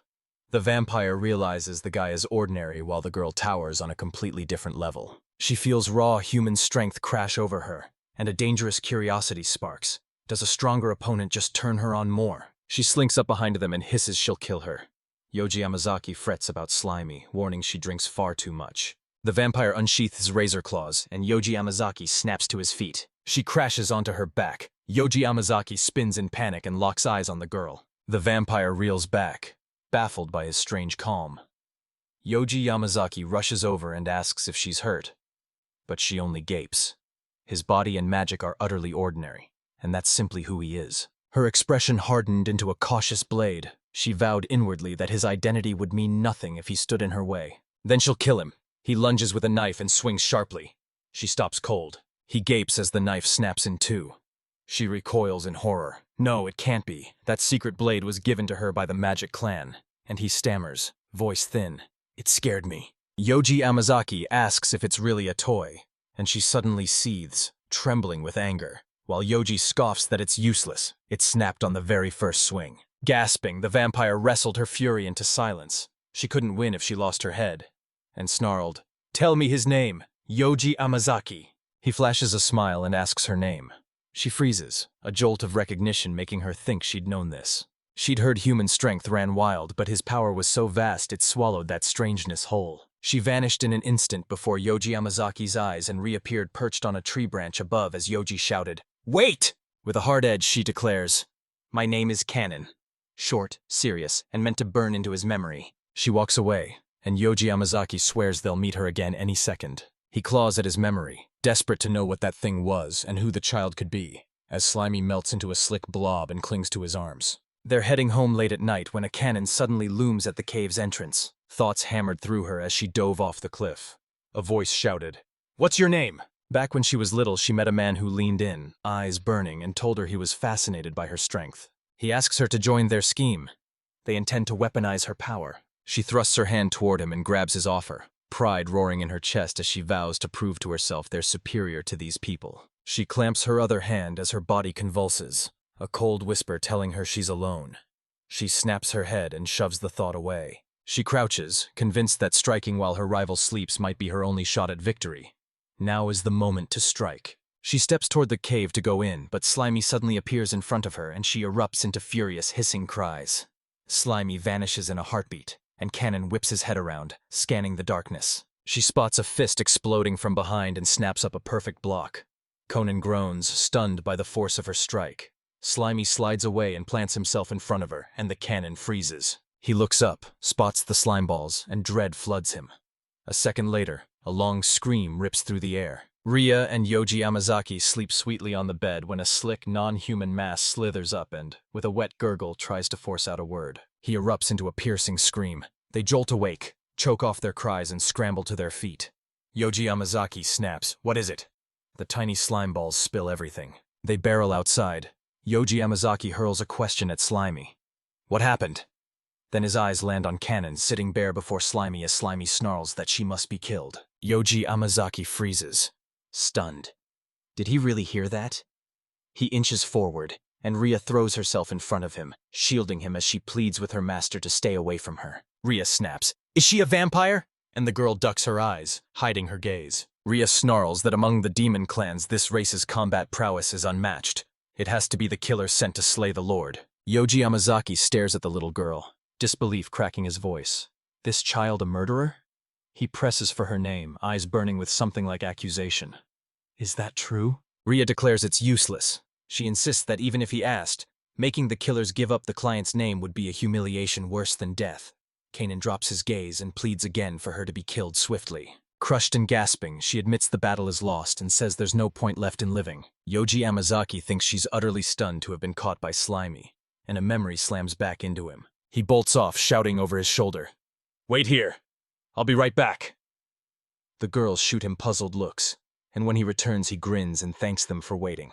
He thrusts a candy into her hand and she gasps, eyes snapping wide with surprise. Yoji Yamazaki grins, calls it candy, sweet and irresistible, and presses it into her hand, a promise that she won't have to do anything wrong anymore. Ria snaps, displeased. The gentleman's far too soft on little girls, and Slimy stands beside her, echoing the verdict. Later, Kanan storms off, convinced it was terrible. Then she halts, fixes her gaze on the candy, rips the wrapper open, and stares at what's inside. She hoists the candy to the sky, stares at it for a long beat, then tosses it into her mouth with eager curiosity, and savors the taste as her cheeks flush. Her grin bursts. It's delicious. She bounces along, singing. Then a voice cuts through, saying she's in a good mood. That's Grace's boyfriend, the man who weaponized her power, and when she snaps, "Why are you here?" She winces, because it's awful to admit, but he came out of real worry for her. He leans in and asks if she's discovered where the man lives. She grins and says she already tracked him down. No problem at all. Grace nods and says he understands and is glad to hear it. He snaps, voice razor sharp. "Why are you doing something you weren't ordered to do?" She twitches. She shot back, "What are you talking about?" He snarled she shouldn't think she could lie to him. She already knew his subordinates were tailing her. He asks again, "Was the human race strong?" She goes quiet, her thoughts sprinting as she hunts for the right answer. She hesitates, admits he's strong. She might not beat him. Grace snaps that it's obvious to him, and he groans, disappointed that this only creates more problems. She's the linchpin of the plan. If she can't beat this man, he'll cut her loose, and she twitches the moment those words hit. She still hears their venom. "Get out!" they spat. "Sooner or later your power will threaten the village." And some even wished she'd vanish. Sweat pours from Kanan as she trembles. Grace swoops in and orders her to calm down. "Can't crush humanity head-on? Take their power!" She snaps as he thrusts a bottle of pills at her. Kanan assumes it's true, then snaps that he already told her. "These pills are forged from humanity's relics. Swallow one and she'll inherit the full power of the human race." Kanan crackles with excitement, announcing the pills aren't finished yet, grinning as he promises they're constantly being perfected and guarantees a single pill will cause no side effects. He leans in and asks, "Do you really want to be alone like before?" Kanan still quivers. She shakes her head and swallows a single tablet. She pops a pill. Grace grins. Then she explodes into screams as tears well in her eyes and a vein bulges. Grace's smile flares. She knows it's meant for her. Kanan is summoning her to play one last role. Yoji Yamazaki and Ria lie in bed when Ria, half dreaming, mumbles, "The gentleman is so cocky," and they snap awake, screaming again. Yoji Yamazaki quirks a brow and asks what's going on this time. She shakes her head, no clue, and then pushes us to go see for ourselves. They sprint to the exit as Yoji Yamazaki panics, convinced whether Kanan truly is a murderer come to attack her. They're walking when a man suddenly explodes into a shout. "I've finally found her!" And it hits Ria. Yoji Yamazaki yanks her hair back in a heartbeat, saving her from the blow. He exploded into laughter and bellowed, "This is incredible!" as raw strength surged through every fiber of his being. They lock eyes with the old man. Recognition hits like a jolt, and Kazumi rushes over to the group, calling out for the gentleman. He spots her nearly naked and yells, "Are you okay?" They sprint away as Kazumi gasps that she's fine. But Slimy and other barriers were breached and enemies are pouring into the first floor. Yeji is terrified, but Slimy and the others are safe. She cries they're in the thick of battle. They only smash through by sheer numbers, but the enemy still outclasses them in skill, and she believes Slimy and the others can join soon if she wakes up. Ria snaps to Yoji Yamazaki that she and Kazumi will wipe out the enemies on this floor, and he should rush to help Futaba on the second, while Futaba calls down, "Are you sure you two can handle it together?" Ria jabbed a finger at the old man and snapped, "If he's the opponent, that's no problem." Then she instantly unleashed a blazing fire strike. Yoji Yamazaki eases away, a satisfied smirk curling on his lips as he thinks it was a good shot. He barrels into Kanan and she grins. "Finally, I've found you." She plunges her knife into his stomach, grinning with cold triumph. He crumples to one knee, a ragged groan tearing from him as Rhea bolts over, panic in her eyes, and blurts, "Are you okay?" Yoji shrugs, grins, insists the wound's shallow, and presses Rhea to take care of Kibera and the others. Rhea snaps to protest. Then Kibera strikes her from behind. She dodges the blow, and Yoji knows it's not okay, but he won't tell Rhea. She'd just worry about him. Ice rakes through him like he swallowed a mouthful of shards. He shivers, and a voice says, "Unexpected." Grace appears and declares the enchanted blade's name, Blood Rain, an edge that cleaves through any kind of matter. As the thought struck him, Grace proclaimed the power of the human race was fascinating. Yoji Amazaki sprang up and demanded who he was, and Grace answered, "I'm Grace, from a humble tribe of demons." Yoji Amazaki's eyes snap wide when he spots a demonic tribe. He fires. "Did you give the relics to Rex and Cyber?" The man snaps back.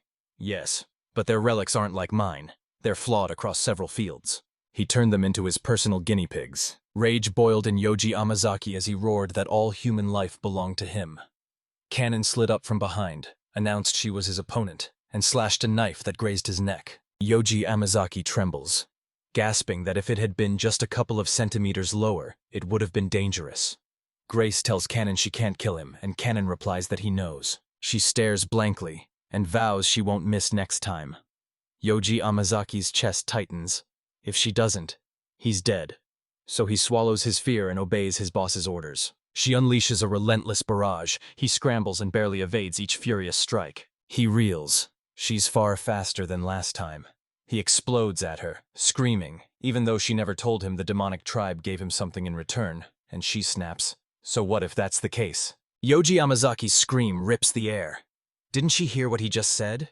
The relics he's crafting aren't finished yet, and he realizes he might become their guinea pig. She snaps, "It doesn't matter.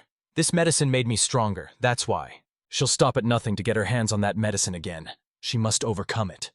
Yoji Amazaki's voice cracks as he screams her name, while Rhea shouts from behind that it's useless to talk to her. Rhea screamed that the relic's darkness had already swallowed the girl, and Yoji Amazaki clenched his jaw, refusing to believe her today. He vows, no matter what, he won't risk seeing Khan and getting sick. The image of her cradling that candy, eyes alight with curiosity, won't leave him. A memory hits him. He rifles his pockets, snatches out a sweet, and bellows he'll give her the candy if she snaps back to her senses. Cannon slams him again and again, cutting off his protests and sneering, "Are you completely crazy?" Yoji Amazaki staggers from the blow and realizes reality isn't as sweet as their candy. Grace snaps that whatever he tries is pointless. She's utterly bound to her will. Yoji trembles from head to toe as blood pours from him, shocked by the sheer volume. His mind goes foggy. He gapes at the blood on his palm and, reeling, thinks he finally understands. Grace snaps to Cannon that now is her chance. Cannon listens, steels herself, and braces to strike. Yoji Amazaki stands motionless, mind narrowing. He knows there's only one way to do this. He rips the knife from her with his bare hands, then channels every ounce of body-strengthening magic the instant the blade hits his palm. Cannon, a vampire, plunges his fangs into his own neck, and in the next heartbeat she snaps her eyes wide open. He crumples to the floor. Grace screams, "What is she doing? She has to kill this man!" Kanan bursts into childlike sobs, drops the knife, and pleads that he doesn't want to hurt this man. Yoji Amazaki realizes she's finally come to her senses. His blood has awakened the true relic, its power erupting, and he knows only Grace remains as he barrels in at breakneck speed. He lunged at Grace. She slammed to the ground and her mask flew off. Rhea storms up to him, eyes blazing, and roars, "We've crushed every last invader!" She skids to a halt, terror cracking her voice as she chokes, "This can't be happening." Yoji Amazaki snaps. "What happened?" Arcane power pours off the man like a storm. She jabbed a finger at Grace and snarled, "Only humans can wield the Master's power." Yoji gapes into the silence, trembling as he asks if anyone else exists, while Grace exhales in quick, guilty bursts and admits it was a terrible mistake. He snaps the mask back on and snarls that he didn't just glimpse his true face, he felt his magic, exactly like a human would. Yoji is convinced the people of this world perished millennia ago, and he wonders if he, too, was summoned from another realm. Grace thrusts out her hand and Kanan's knife rockets into his palm. He pins Yoji Amazaki with a fierce glare and vows, "Don't you forget, one day I'll repay you in kind." He snaps his fingers and vanishes in a heartbeat. Yoji Amazaki and Rhea freeze where they stand, worry carved into their faces. Later, Rose shoots to her feet and vows she'll deal with Kaibara and his subordinates. Yoji Amazaki says he's counting on her. He thrusts the bottle into her hands. She asks what's inside, and he snaps that it's leftover bathroom water that should wash away the poison's side effects. Rose recoiled at the price and asked, "Is it okay to give it to them?" Yoji shot back, "Yes, but only because they were used by demons." Ria strode forward and announced she'd finished sealing the curse, and Yoji praised the work. A jolt of excitement shot through Yoji Amazaki. Now that Grace knows his hiding place, he probably can't hide in this world anymore. A few days after the attack, Kanon perches at the table with him. She grins at Yoji Amazaki and declares the sauce he insists on calling ketchup absolutely delicious. They've secured the cannon under their protection in the shelter.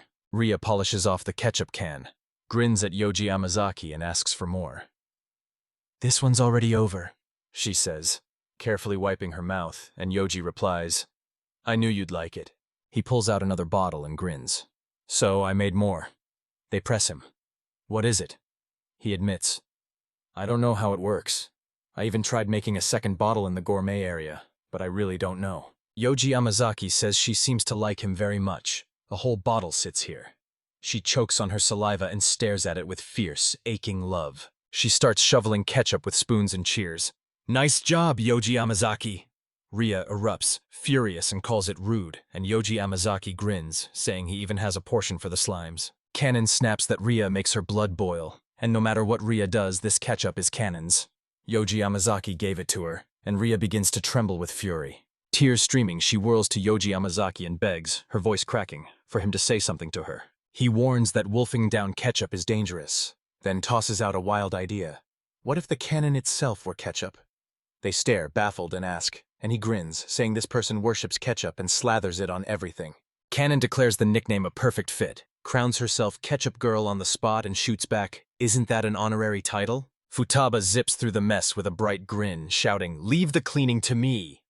And at that exact moment, Ria darts forward and kisses Yeji. She throws herself into Yoji Amazaki's arms on the bed with Kanon watching over them, calls out, "Yoji Amazaki!" Everyone recoils in fear. She snaps, "It's Kanon's turn," and Ria steps aside. Yoji Amazaki sends a silent apology to Ria. It's a cold, calculated move to boost her strength. Ria stands obedient and steady, and that moment just got stamped into the daily kissing time canon. Kanon throws back his head and sinks his teeth into his shoulder. Everyone freezes in horror as he keeps sucking the blood, and Yoji Amazaki's face starts to warp. Ria yanks her back and snaps, "Don't you have to go?" A cannon erupts from her, barking at Ria to shut her mouth, and convinced Yoji Amazaki is into her flat breasts, she storms over and asks him point blank. She lunges to clutch him, but he sits there mute and motionless. In this world, flat breasts reign, so the cannon position isn't a mistake, and Ria's apology slips out raw and small. Ria storms in, roaring at Kanon that the master couldn't care less about her ironing board, then clamps her other hand onto Yoji Amazaki. She gasps, "Have I already lost?" And the other woman snaps, "Not yet. Yoji Amazaki is on the other side." Kanon explodes. It's nonsense. Men usually want small breasts. Ria demands the master admit he prefers bigger ones, but Kanon snaps that Ria is wrong. Yoji Amazaki prefers small breasts. Slimy slams both of them on the head to shove them away, and he feels a sinking dread. Did he really bring together two people who should never have met? The goblins barrel through the forest, scavenging for food. One snatches a shriveled fruit, glares at it, and sneers, "There's nothing good here." He snarls that with those three holed up in the forest's heart, they can't scavenge food or find anywhere to sleep. He can't fathom who they are. Their magic crackles so thick no one can get close. They spot a pack of wolves and dive for cover, baffled why they'd even be here.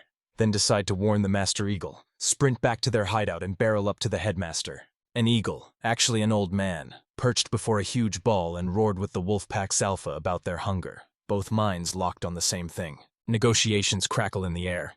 Ria leans toward Yoji Amazaki and urges him to strengthen their defenses.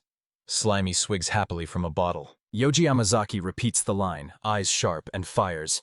"Do you mean searching under the second floor?" The other woman snaps, "No," and says she's talking about a sudden rise in people standing guard over their shelter, while Futaba, as usual, clears the table. Ria says the attack ripped her eyes open. They're dangerously undermanned, and would be defenseless against someone stronger. Yoji Amazaki agrees, admitting they only have a couple of truly strong fighters. He throws out finding allies. Someone leaps on it, shouting to unite every willing person into the army of man. And Yoji Yamazaki, bewildered, blurts, "What do you mean by a human army?" Ria's voice shatters as she declares it's all because he's an army with a single master at its head. Then she fires at Yoji Yamazaki. "You don't like that, do you?" He snaps back that that's not true.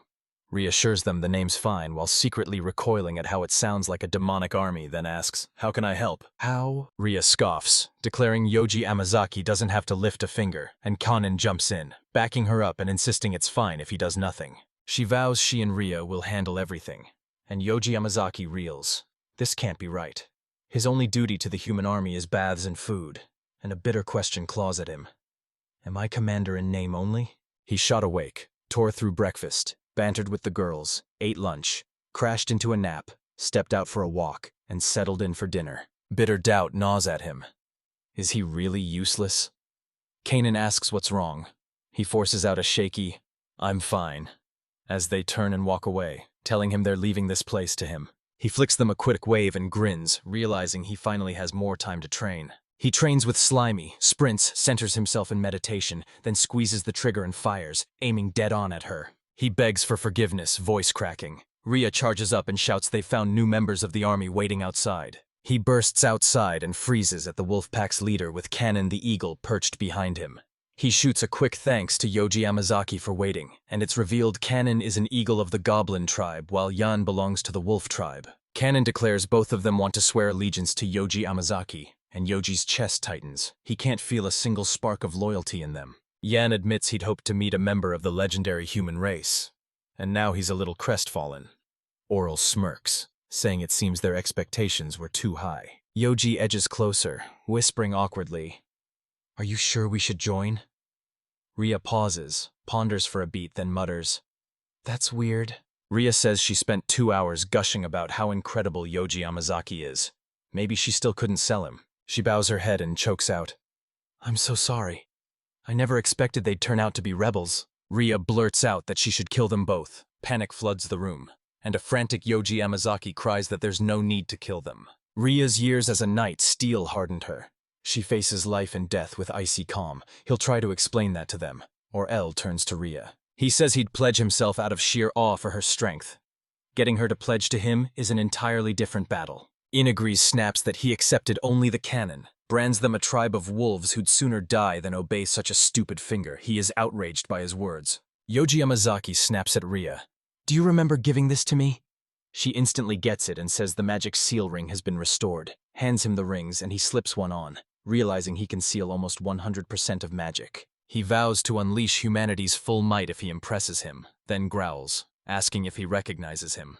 Proudly sneers that he's only seen the magic of a B-rank adventurer and won't be surprised by anything she does, even mocking, "She's fun, but she'll never compare to Ria." And at that exact moment, Yoji Yamazaki summons a roaring fireball. The fireball balloons into a bomb-sized sphere and detonates right above them, freezing them in horror as someone chokes out. "Is this the legendary fire magic?" Oral snarls he's a liar, accusing him of getting the ring from Ria and insisting the thing secretly amplifies his magic. Yoji Yamazaki confesses he misunderstood everything as the ring saps his strength, and Oral turns away, coldly declaring he never wants to hear from him again. Oral cracked a grin and asked, "Think he'll dare cast magic without his ring?" Yoji Yamazaki stares at him, doubt carved into his features, and the brutal truth slams in. If he does this, the whole forest will ignite. He stays silent. Oral declares he can't do that, proving he wasn't mistaken. The magic spilled from the ring, and admits he was nearly fooled that way. Yoji Yamazaki finds his hand reaching for the ring on autopilot, and he agonizes over how to make them believe he's human. Orel's jaw dropped. He never expected Ria to hand over such a powerful ring, and he snaps. Did he really use a high-level magic jewel? Yeji stares blank, not understanding what it is, and Orel, outraged, spits. He really doesn't know anything? He's told that, by magic, jewels form from crystals soaked in arcane power, each one bursting with immense, varied abilities. Yoji Yamazaki shrugs and calls it just a stronger magic stone. Orel spins to Ria and declares they're ready to hand the legendary magic stone to the Goblin tribe. A man goes beet red and pleads, "Will you accept me?" The stone is a colossal orb. They stare, minds racing. Then she materializes, a glittering magical jewel, and the ball vanishes from his grip in an instant. The inn snatched the ball from him. He panicked, yelling, "What are you doing?" While the inn smirked and calmly declared the ball belonged to him. He snarls that the magic jewel originally belonged to the wolf tribe, and that they stole it from them. And Oral, confused, snaps that he wasn't with his father when he first stole it as fury rises in him. He explodes into shouts whenever he thinks he's nudging the needle again, yelling it's nonsense because his grandfather started it. And Yoji Yamazaki can see this jewel has been a stumbling block for ages. Conan spins on In and barks at him to cut the rudeness around Yoji Yamazaki, who begs Conan to forgive In. He just wanted to give her the jewel. Oral explodes, shouting how rude it is. The stone belongs to Rhea, so why would he give it to that punt? He roars he won't let him talk about the canon like that, and snaps that jewelry is utterly out of place on cow udders. Rhea grins and offers to just kill them, but Yoji Yamazaki lunges in and restrains her.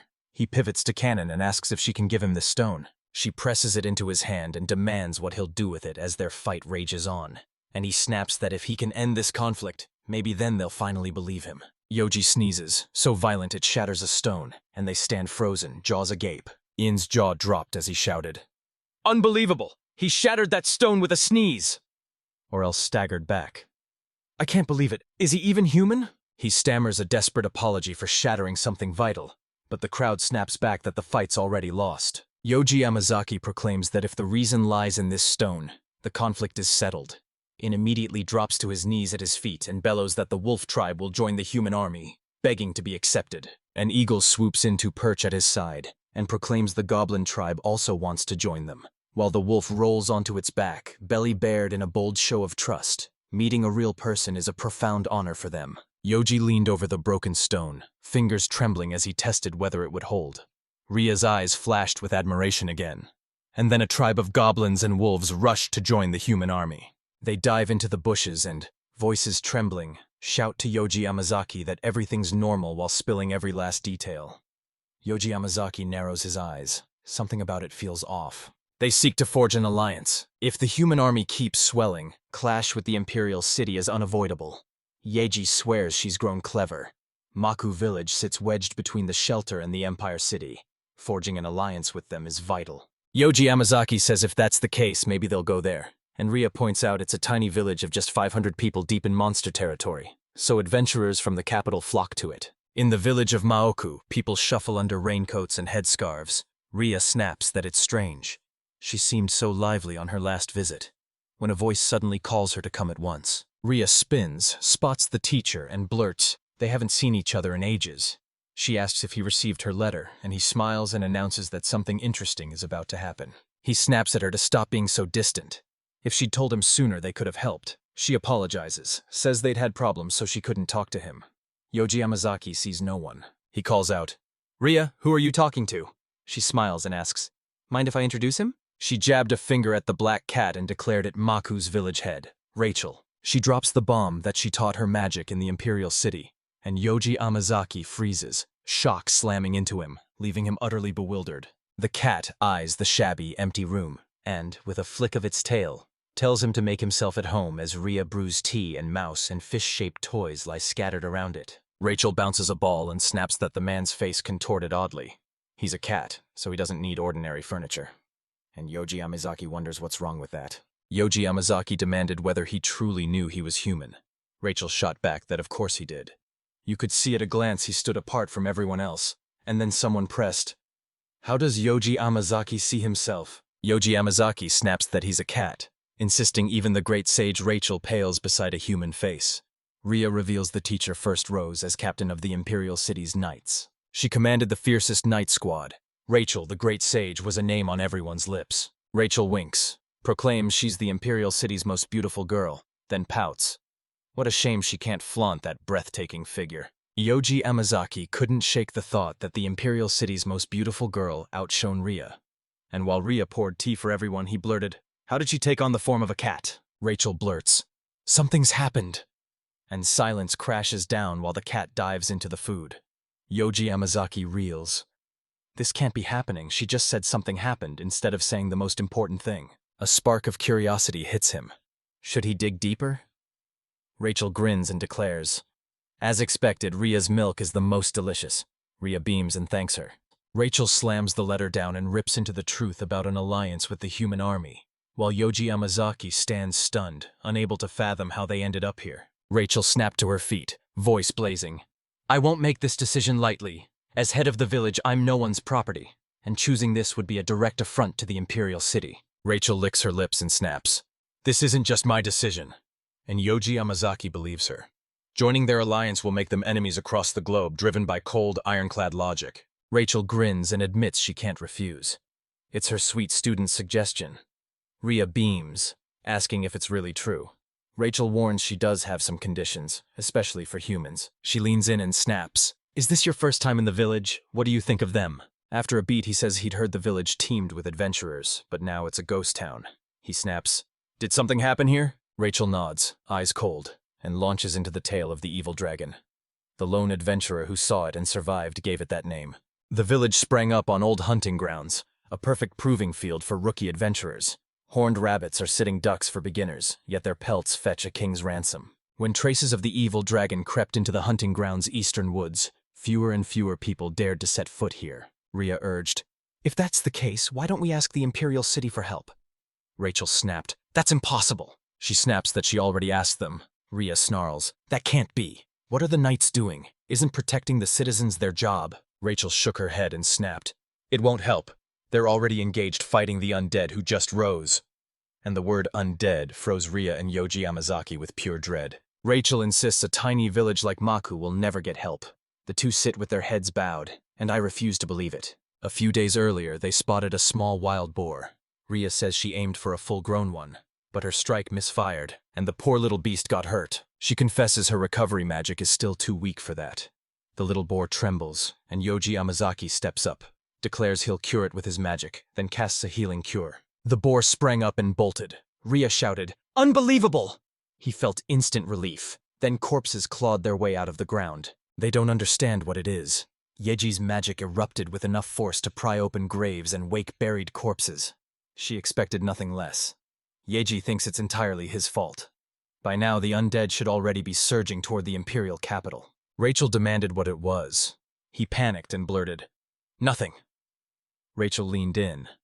Do you understand me? First condition. If the dragon isn't killed, it will soon raise the village. She insists they forge an alliance with the village's saviors. Only then will the villagers accept it far more readily. She starts, They should then... and cuts off as both explode into shouts, demanding she hand it over, while Rachel pleads with them to calm down. She orders them to start by heading to a ramshackle tavern on the city's outskirts to dig up information about the dragon, even though the adventurer tables are eerily empty. They slam through the guild doors. Yoji Yamazaki's jaw drops as awe floods him. This is what an adventurer's tavern looks like. Rhea throws out a plan. Split up and scavenge every scrap of information. And Yoji Yamazaki seals it with a sharp nod. The blonde snaps around, eyebrow cocked as her gaze demands an answer. Yoji Yamazaki walks through the tavern, eyes hunting every whisper and shadow for even a scrap of information about the evil dragon. He storms up to the old man, blurting a quick apology for the interruption, then turns and fires. Are you really a beginner? Yoji Yamazaki grins and declares he's obsessed with everything tied to the evil dragon, and the old man immediately chokes on his drink, upending his cup in stunned disbelief. Yoji Yamazaki, stumbling over his words, asks if he's okay, begs for forgiveness but shoves the favor away. Ask someone else, he snaps. I'm not helping idiots like him. And everyone slowly backs off, refusing. Rhea and Yoji Yamazaki slump, exhausted, on the steps. Yoji snaps that whoever they ask gives the exact same answer, and Rhea points out that even whispering the evil dragon's name slams every adventurer silent. It's a taboo. Yoji Yamazaki, convinced there's nothing they can do, throws up his hands and urges them to head into the eastern forest. Just then a blonde woman strides up to them. She snaps, Are you the newbies who are going to take on that evil dragon? A 4-person team looms before them. Rhea's eyes snap to the girl and she fires, Who are you? Then drops into a hurried bow, pleading forgiveness for her rudeness. She proclaims, I'm Nero, and the hulking figure looming behind her is Molozov. Beside the baby looms Daytona, and the long-haired man is Zoilus, both B-rank adventurers from Maku village. Yoji leans close and whispers to Rhea, asking if the rank B adventurers are strong. She shoots back that they're quite strong. Rank B is the 3rd rank in strength. And Nero cuts in bluntly. If they want to join the expedition, Yoji Yamazaki beams, oddly thrilled and wondering if this is a setback. Then he leans in and asks her straight up why they want to kill the dragon. Nero snaps, leaning in. You didn't tell me this already, did you? Every member of her team sprang from the village of Maku. Forced to roam the world, she clings to every place she visits and vows to repay her village's debt by slaying the evil dragon. She thrusts her hand forward with a bright smile. Yoji Amazaki's heart jolts. So this is their small homeland. And a personal burning need to help wells up. So he clasps her hand and says he'd be happy to work with them. Zoila explodes at Nero, shouting he's against it. Nero snaps back, demanding how they can associate with people they know nothing about. Ria screams that it's rude. Little Daytona's voice trembles. Do we really mean to defeat the evil dragon? Yoji Amazaki snaps. We do. But bitter guilt sears him. He blames himself that the Imperial City sent no help. Mazalov sneers that it's far too easy to mouth words, then demands, Do you even know the evil dragon's power? And one of them snaps, I only heard about the dragon's power from Rachel. They gasp in disbelief. Did he seriously say the great sage asked you for help? Who are you? Nero smirks and replies, just as she thought. Nero clamps down on Yoji Amazaki's hand and shakes it, snarling that her own eyes are lying to her. And if they're familiar with the great sage Rachel, they must be terrifyingly strong, Yoji thinks. Isn't Rachel's trust way too high? She scans the room and snaps, No more problems? Then we'll carve up the rolls. And immediately fires. What are you good at? Panic claws at Yoji Amazaki. He hasn't said a word about himself since that last interview, and now he's frantically groping for something to tell them because he can't bring himself to call himself just a person. Ria begs forgiveness for butting in. The woman rips back her hood and announces she's Lilia, saying that of all magic she excels at restoration, and Yoji Amazaki watches, suspicious the name might be fake. She snaps that she can guard the rear or storm the front lines with a sword, and she declares she's a healer. She clasps her hand and says, Hardly anyone here can use recovery magic. They're counting on you. Zoelis implores Nero, stop trusting so easily. Zoel snaps that anyone who claims they can do everything is dead weight. Nero tells him to stop, and Zoel erupts, furious he's only telling the truth. He roared that none of them could be sure they knew the great sage. He'd see for himself, then sneered at the weakling and jabbed a finger at Yoji Amazaki. He boasts that, as a swordsman, he can read a man's potential from his hands.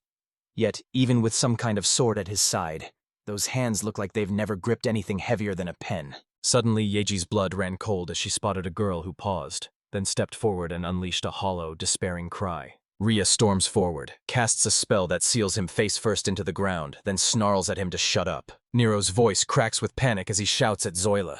She trembles and pleads, What did I do? While Ria snaps at him to be grateful. She insists gravity magic will make apologizing to the master effortless, and Yoji Amazaki can't fathom why. Daytona drops to a crouch, breathless. I can't believe I'm seeing gravity magic here, she gasps. In this country, only the great sage Rachel and Empress Sarah can wield that power. Ria demands an apology or a one-way ticket to the afterlife. Yoji Amazaki becomes convinced she wants him dead, and Zoilus apologizes, insisting he understood. Proof they really did speak with the great sage. Nero declares Lilia the healer. She spins to Yoji Amazaki and snaps, What can you do? Yoji Amazaki's nerves spike. He's frozen, at a total loss. When Ria steps out and vows she'll explain. A master isn't defined by a single perfect skill. Yoji Amazaki exhales in bright relief when he realizes it's true, because his abilities are painfully mediocre. Ria proclaims that whatever he starts he crushes, proving he's fiercely versatile. Yoji Amazaki freezes, shock blazing across his face. Niru snaps, What do you mean? And she snarls that in both sorcery and razor-precise martial arts, Yoji Amazaki has no rival. She hails him as everyone's paragon, saying his very presence makes people drop to their knees, and Yeji clamps a hand over her mouth, then awkwardly insists it's false. He's utterly ordinary, the plainest, dead average, steady as a rock. Nero's voice cut through the room. If she said it, it's true. Ria admits the master is 10,000 times stronger than her. Nero snarls they won't hesitate. They're expecting big things from this station wagon. She snaps, Grab your weapons. We're heading into the eastern forest. Yoji Amazaki scowls, convinced the route is blocked by too many obstacles. They push through the forest as Nero snapped that they were on the brink of the evil dragon's territory. Everyone went rigid, tension crackling in the air. Yoji Amazaki slips silently through the forest when a colossal wolf explodes from the underbrush with jaws gaping. Nero knocks an arrow and yells to Yoji that it's a magical monster. Yoji Amazaki doesn't even have time to react as Nero's arrow plunges into the monster's eye. And Yoji stares in awe. It's unreal that she hit it on her very first strike. Zoilus surged forward, his sword arcing in a savage swing that cleaved the wolf monster's head clean from its shoulders. A wolf rockets in from behind. He whirls in terror as Mazalov, barehanded and unflinching, lunges to grab the beast. Mulazov spins away, snapping at Zoil that he shouldn't have let his guard down. Zoil beams a grateful smile and thanks him for his help. Then Daytona sweeps in with a magic wand, urging them to leave the rest to her. She channels a crackling spell and compresses the remaining monsters into tight, motionless knots. Yoji Yamazaki stands frozen, mouth hanging open, thinking, "So these are the rank B adventurers?" Then Ria pivots to him. He spins around to find Ria grinning with smug pride, crowing that she's already taken care of them. Yoji Yamazaki reels at the towering mountain of wolf corpses. Daytona's jaw drops. Didn't Lilia just claim to be a healer? Zoilus clucks and chimes in, fitting from a man she could flatten. Even Molozov beams at her smooth, deadly movements, while Yeji thinks it was way too much. Ria shrugs that she's a speck next to the master. Unleash his full might and the monsters crumble in a heartbeat. Nero scoffs, but she practically glows at the thought. Yoji Yamazaki's heart drops as he realizes how bad things are. Nero fixes him with the cold, accusing glare of a wife who just caught her husband spending the whole day at the casino and blowing the family budget. Zoilus marches up and snaps that there's nothing to worry about, so don't worry. Zoil boasts that with Lilia's strength they can ditch any generalist. Daytona backs him up, saying someone like Lilia makes them far safer, and every word drives a knife into Yeji's pride. He staggers upright, shivering as the truth hits. After everything, he's a universal. Ria turns to him and declares, "Even if others doubt it, I can see your true strength." And Yoji Yamazaki turns to her with tears in his eyes. Ria smirks, calling hiding her power behind her acting skills an incredible trick. Yoji Yamazaki thinks to himself that her kindness knows no bounds. A rustle ripples through the trees. Someone cries, "A magical monster!"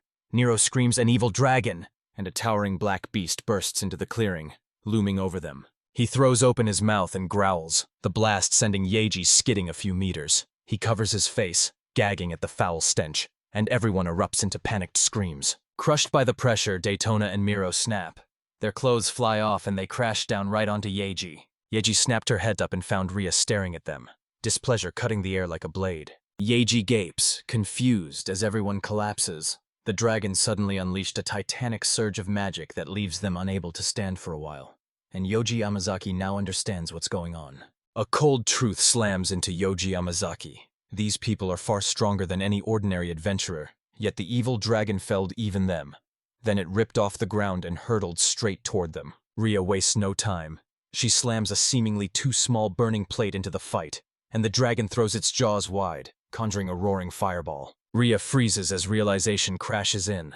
A fireball hurtles straight at them and detonates, ripping this place apart in a thunderous blast you can see for miles. Yeji lunges, snatching Ria out of the path of the strike as she raises a crackling ice shield. Then Yeji sets her down. Ria stammers an apology for embarrassing him, and he just smiles, saying she always helps him so it's okay. Ria snaps that the dragon siphons its magic from a relic forged by demons, and the thought of that grace slams into Yoji Yamazaki's mind. They sprint from the dragon's blasts as Yoji, voice cracking with panic, grabs Ria and begs her to tell him how to beat it, and she spits back between breaths that the dragon is really a dead man, sucking energy from a demonic relic. She snaps that if this dragon's power springs from this, the master can fix it by blasting his good energy inside. Yoji Yamazaki beams that he finally gets it and urges, "Let's try throwing his hair into his mouth." The dragon barrels straight at them, spewing a barrage of fireballs, and Yoji Yamazaki spins around, then bolts away, convinced this can't be real. Ria whirls to Yoji Yamazaki, urging them to retreat and overhaul their strategy. Yoji shuts it down. He sizes up the guys and snaps they can't do this. The undead swarm his thoughts and he's at a loss. Then a risky idea sparks. Maybe it won't work, but it's better than running back. Yoji Yamazaki skids to a stop and screams himself into nothing. The dragon's form slams into the earth and is imprinted there in an instant. Ria's eyes snap open. It's gravity magic. The relic draws its power from humans and his body channels that same force, so he plunges the treatment into the dragon. It convulses, twitching and growling. The dragon's dark power and massive bulk dissolve into nothing. Yoji Yamazaki staggers, barely standing, and voice shaking, gasps, "I did it! I defeated him!" Only the dragon's skeleton remains, and Ria rushes to him, eyes blazing with admiration and a reward in hand. Later at the house, Rachel praises them for a job well done, But Yoji Yamazaki cuts in, insisting the credit belongs to her and thanking her for sending Nero to help. Rachel says Mahaku Village and the human army are locked in a rock-solid alliance right now, and if the royal capital sniffs anything, they'll fire off a message instantly. Ria beams at Rachel, thanks her, and gushes that the teacher's support is a huge boost. Yeji falls quiet, sinking into her own thoughts. Questions hit him like lightning. Who is Rachel? A legendary sage, a former captain of knights, one of the realm's top magic teachers, and all this time she's been masquerading as a cat. His thoughts churn and his eyes pin her in place. Rachel grins and asks, "What is it? Why is he looking at her like that?" He frantically waves his hands, blurts, "It's nothing," and berates himself for even asking something so stupid. Rachel flashes a grin and says, "If you want, I'll show you."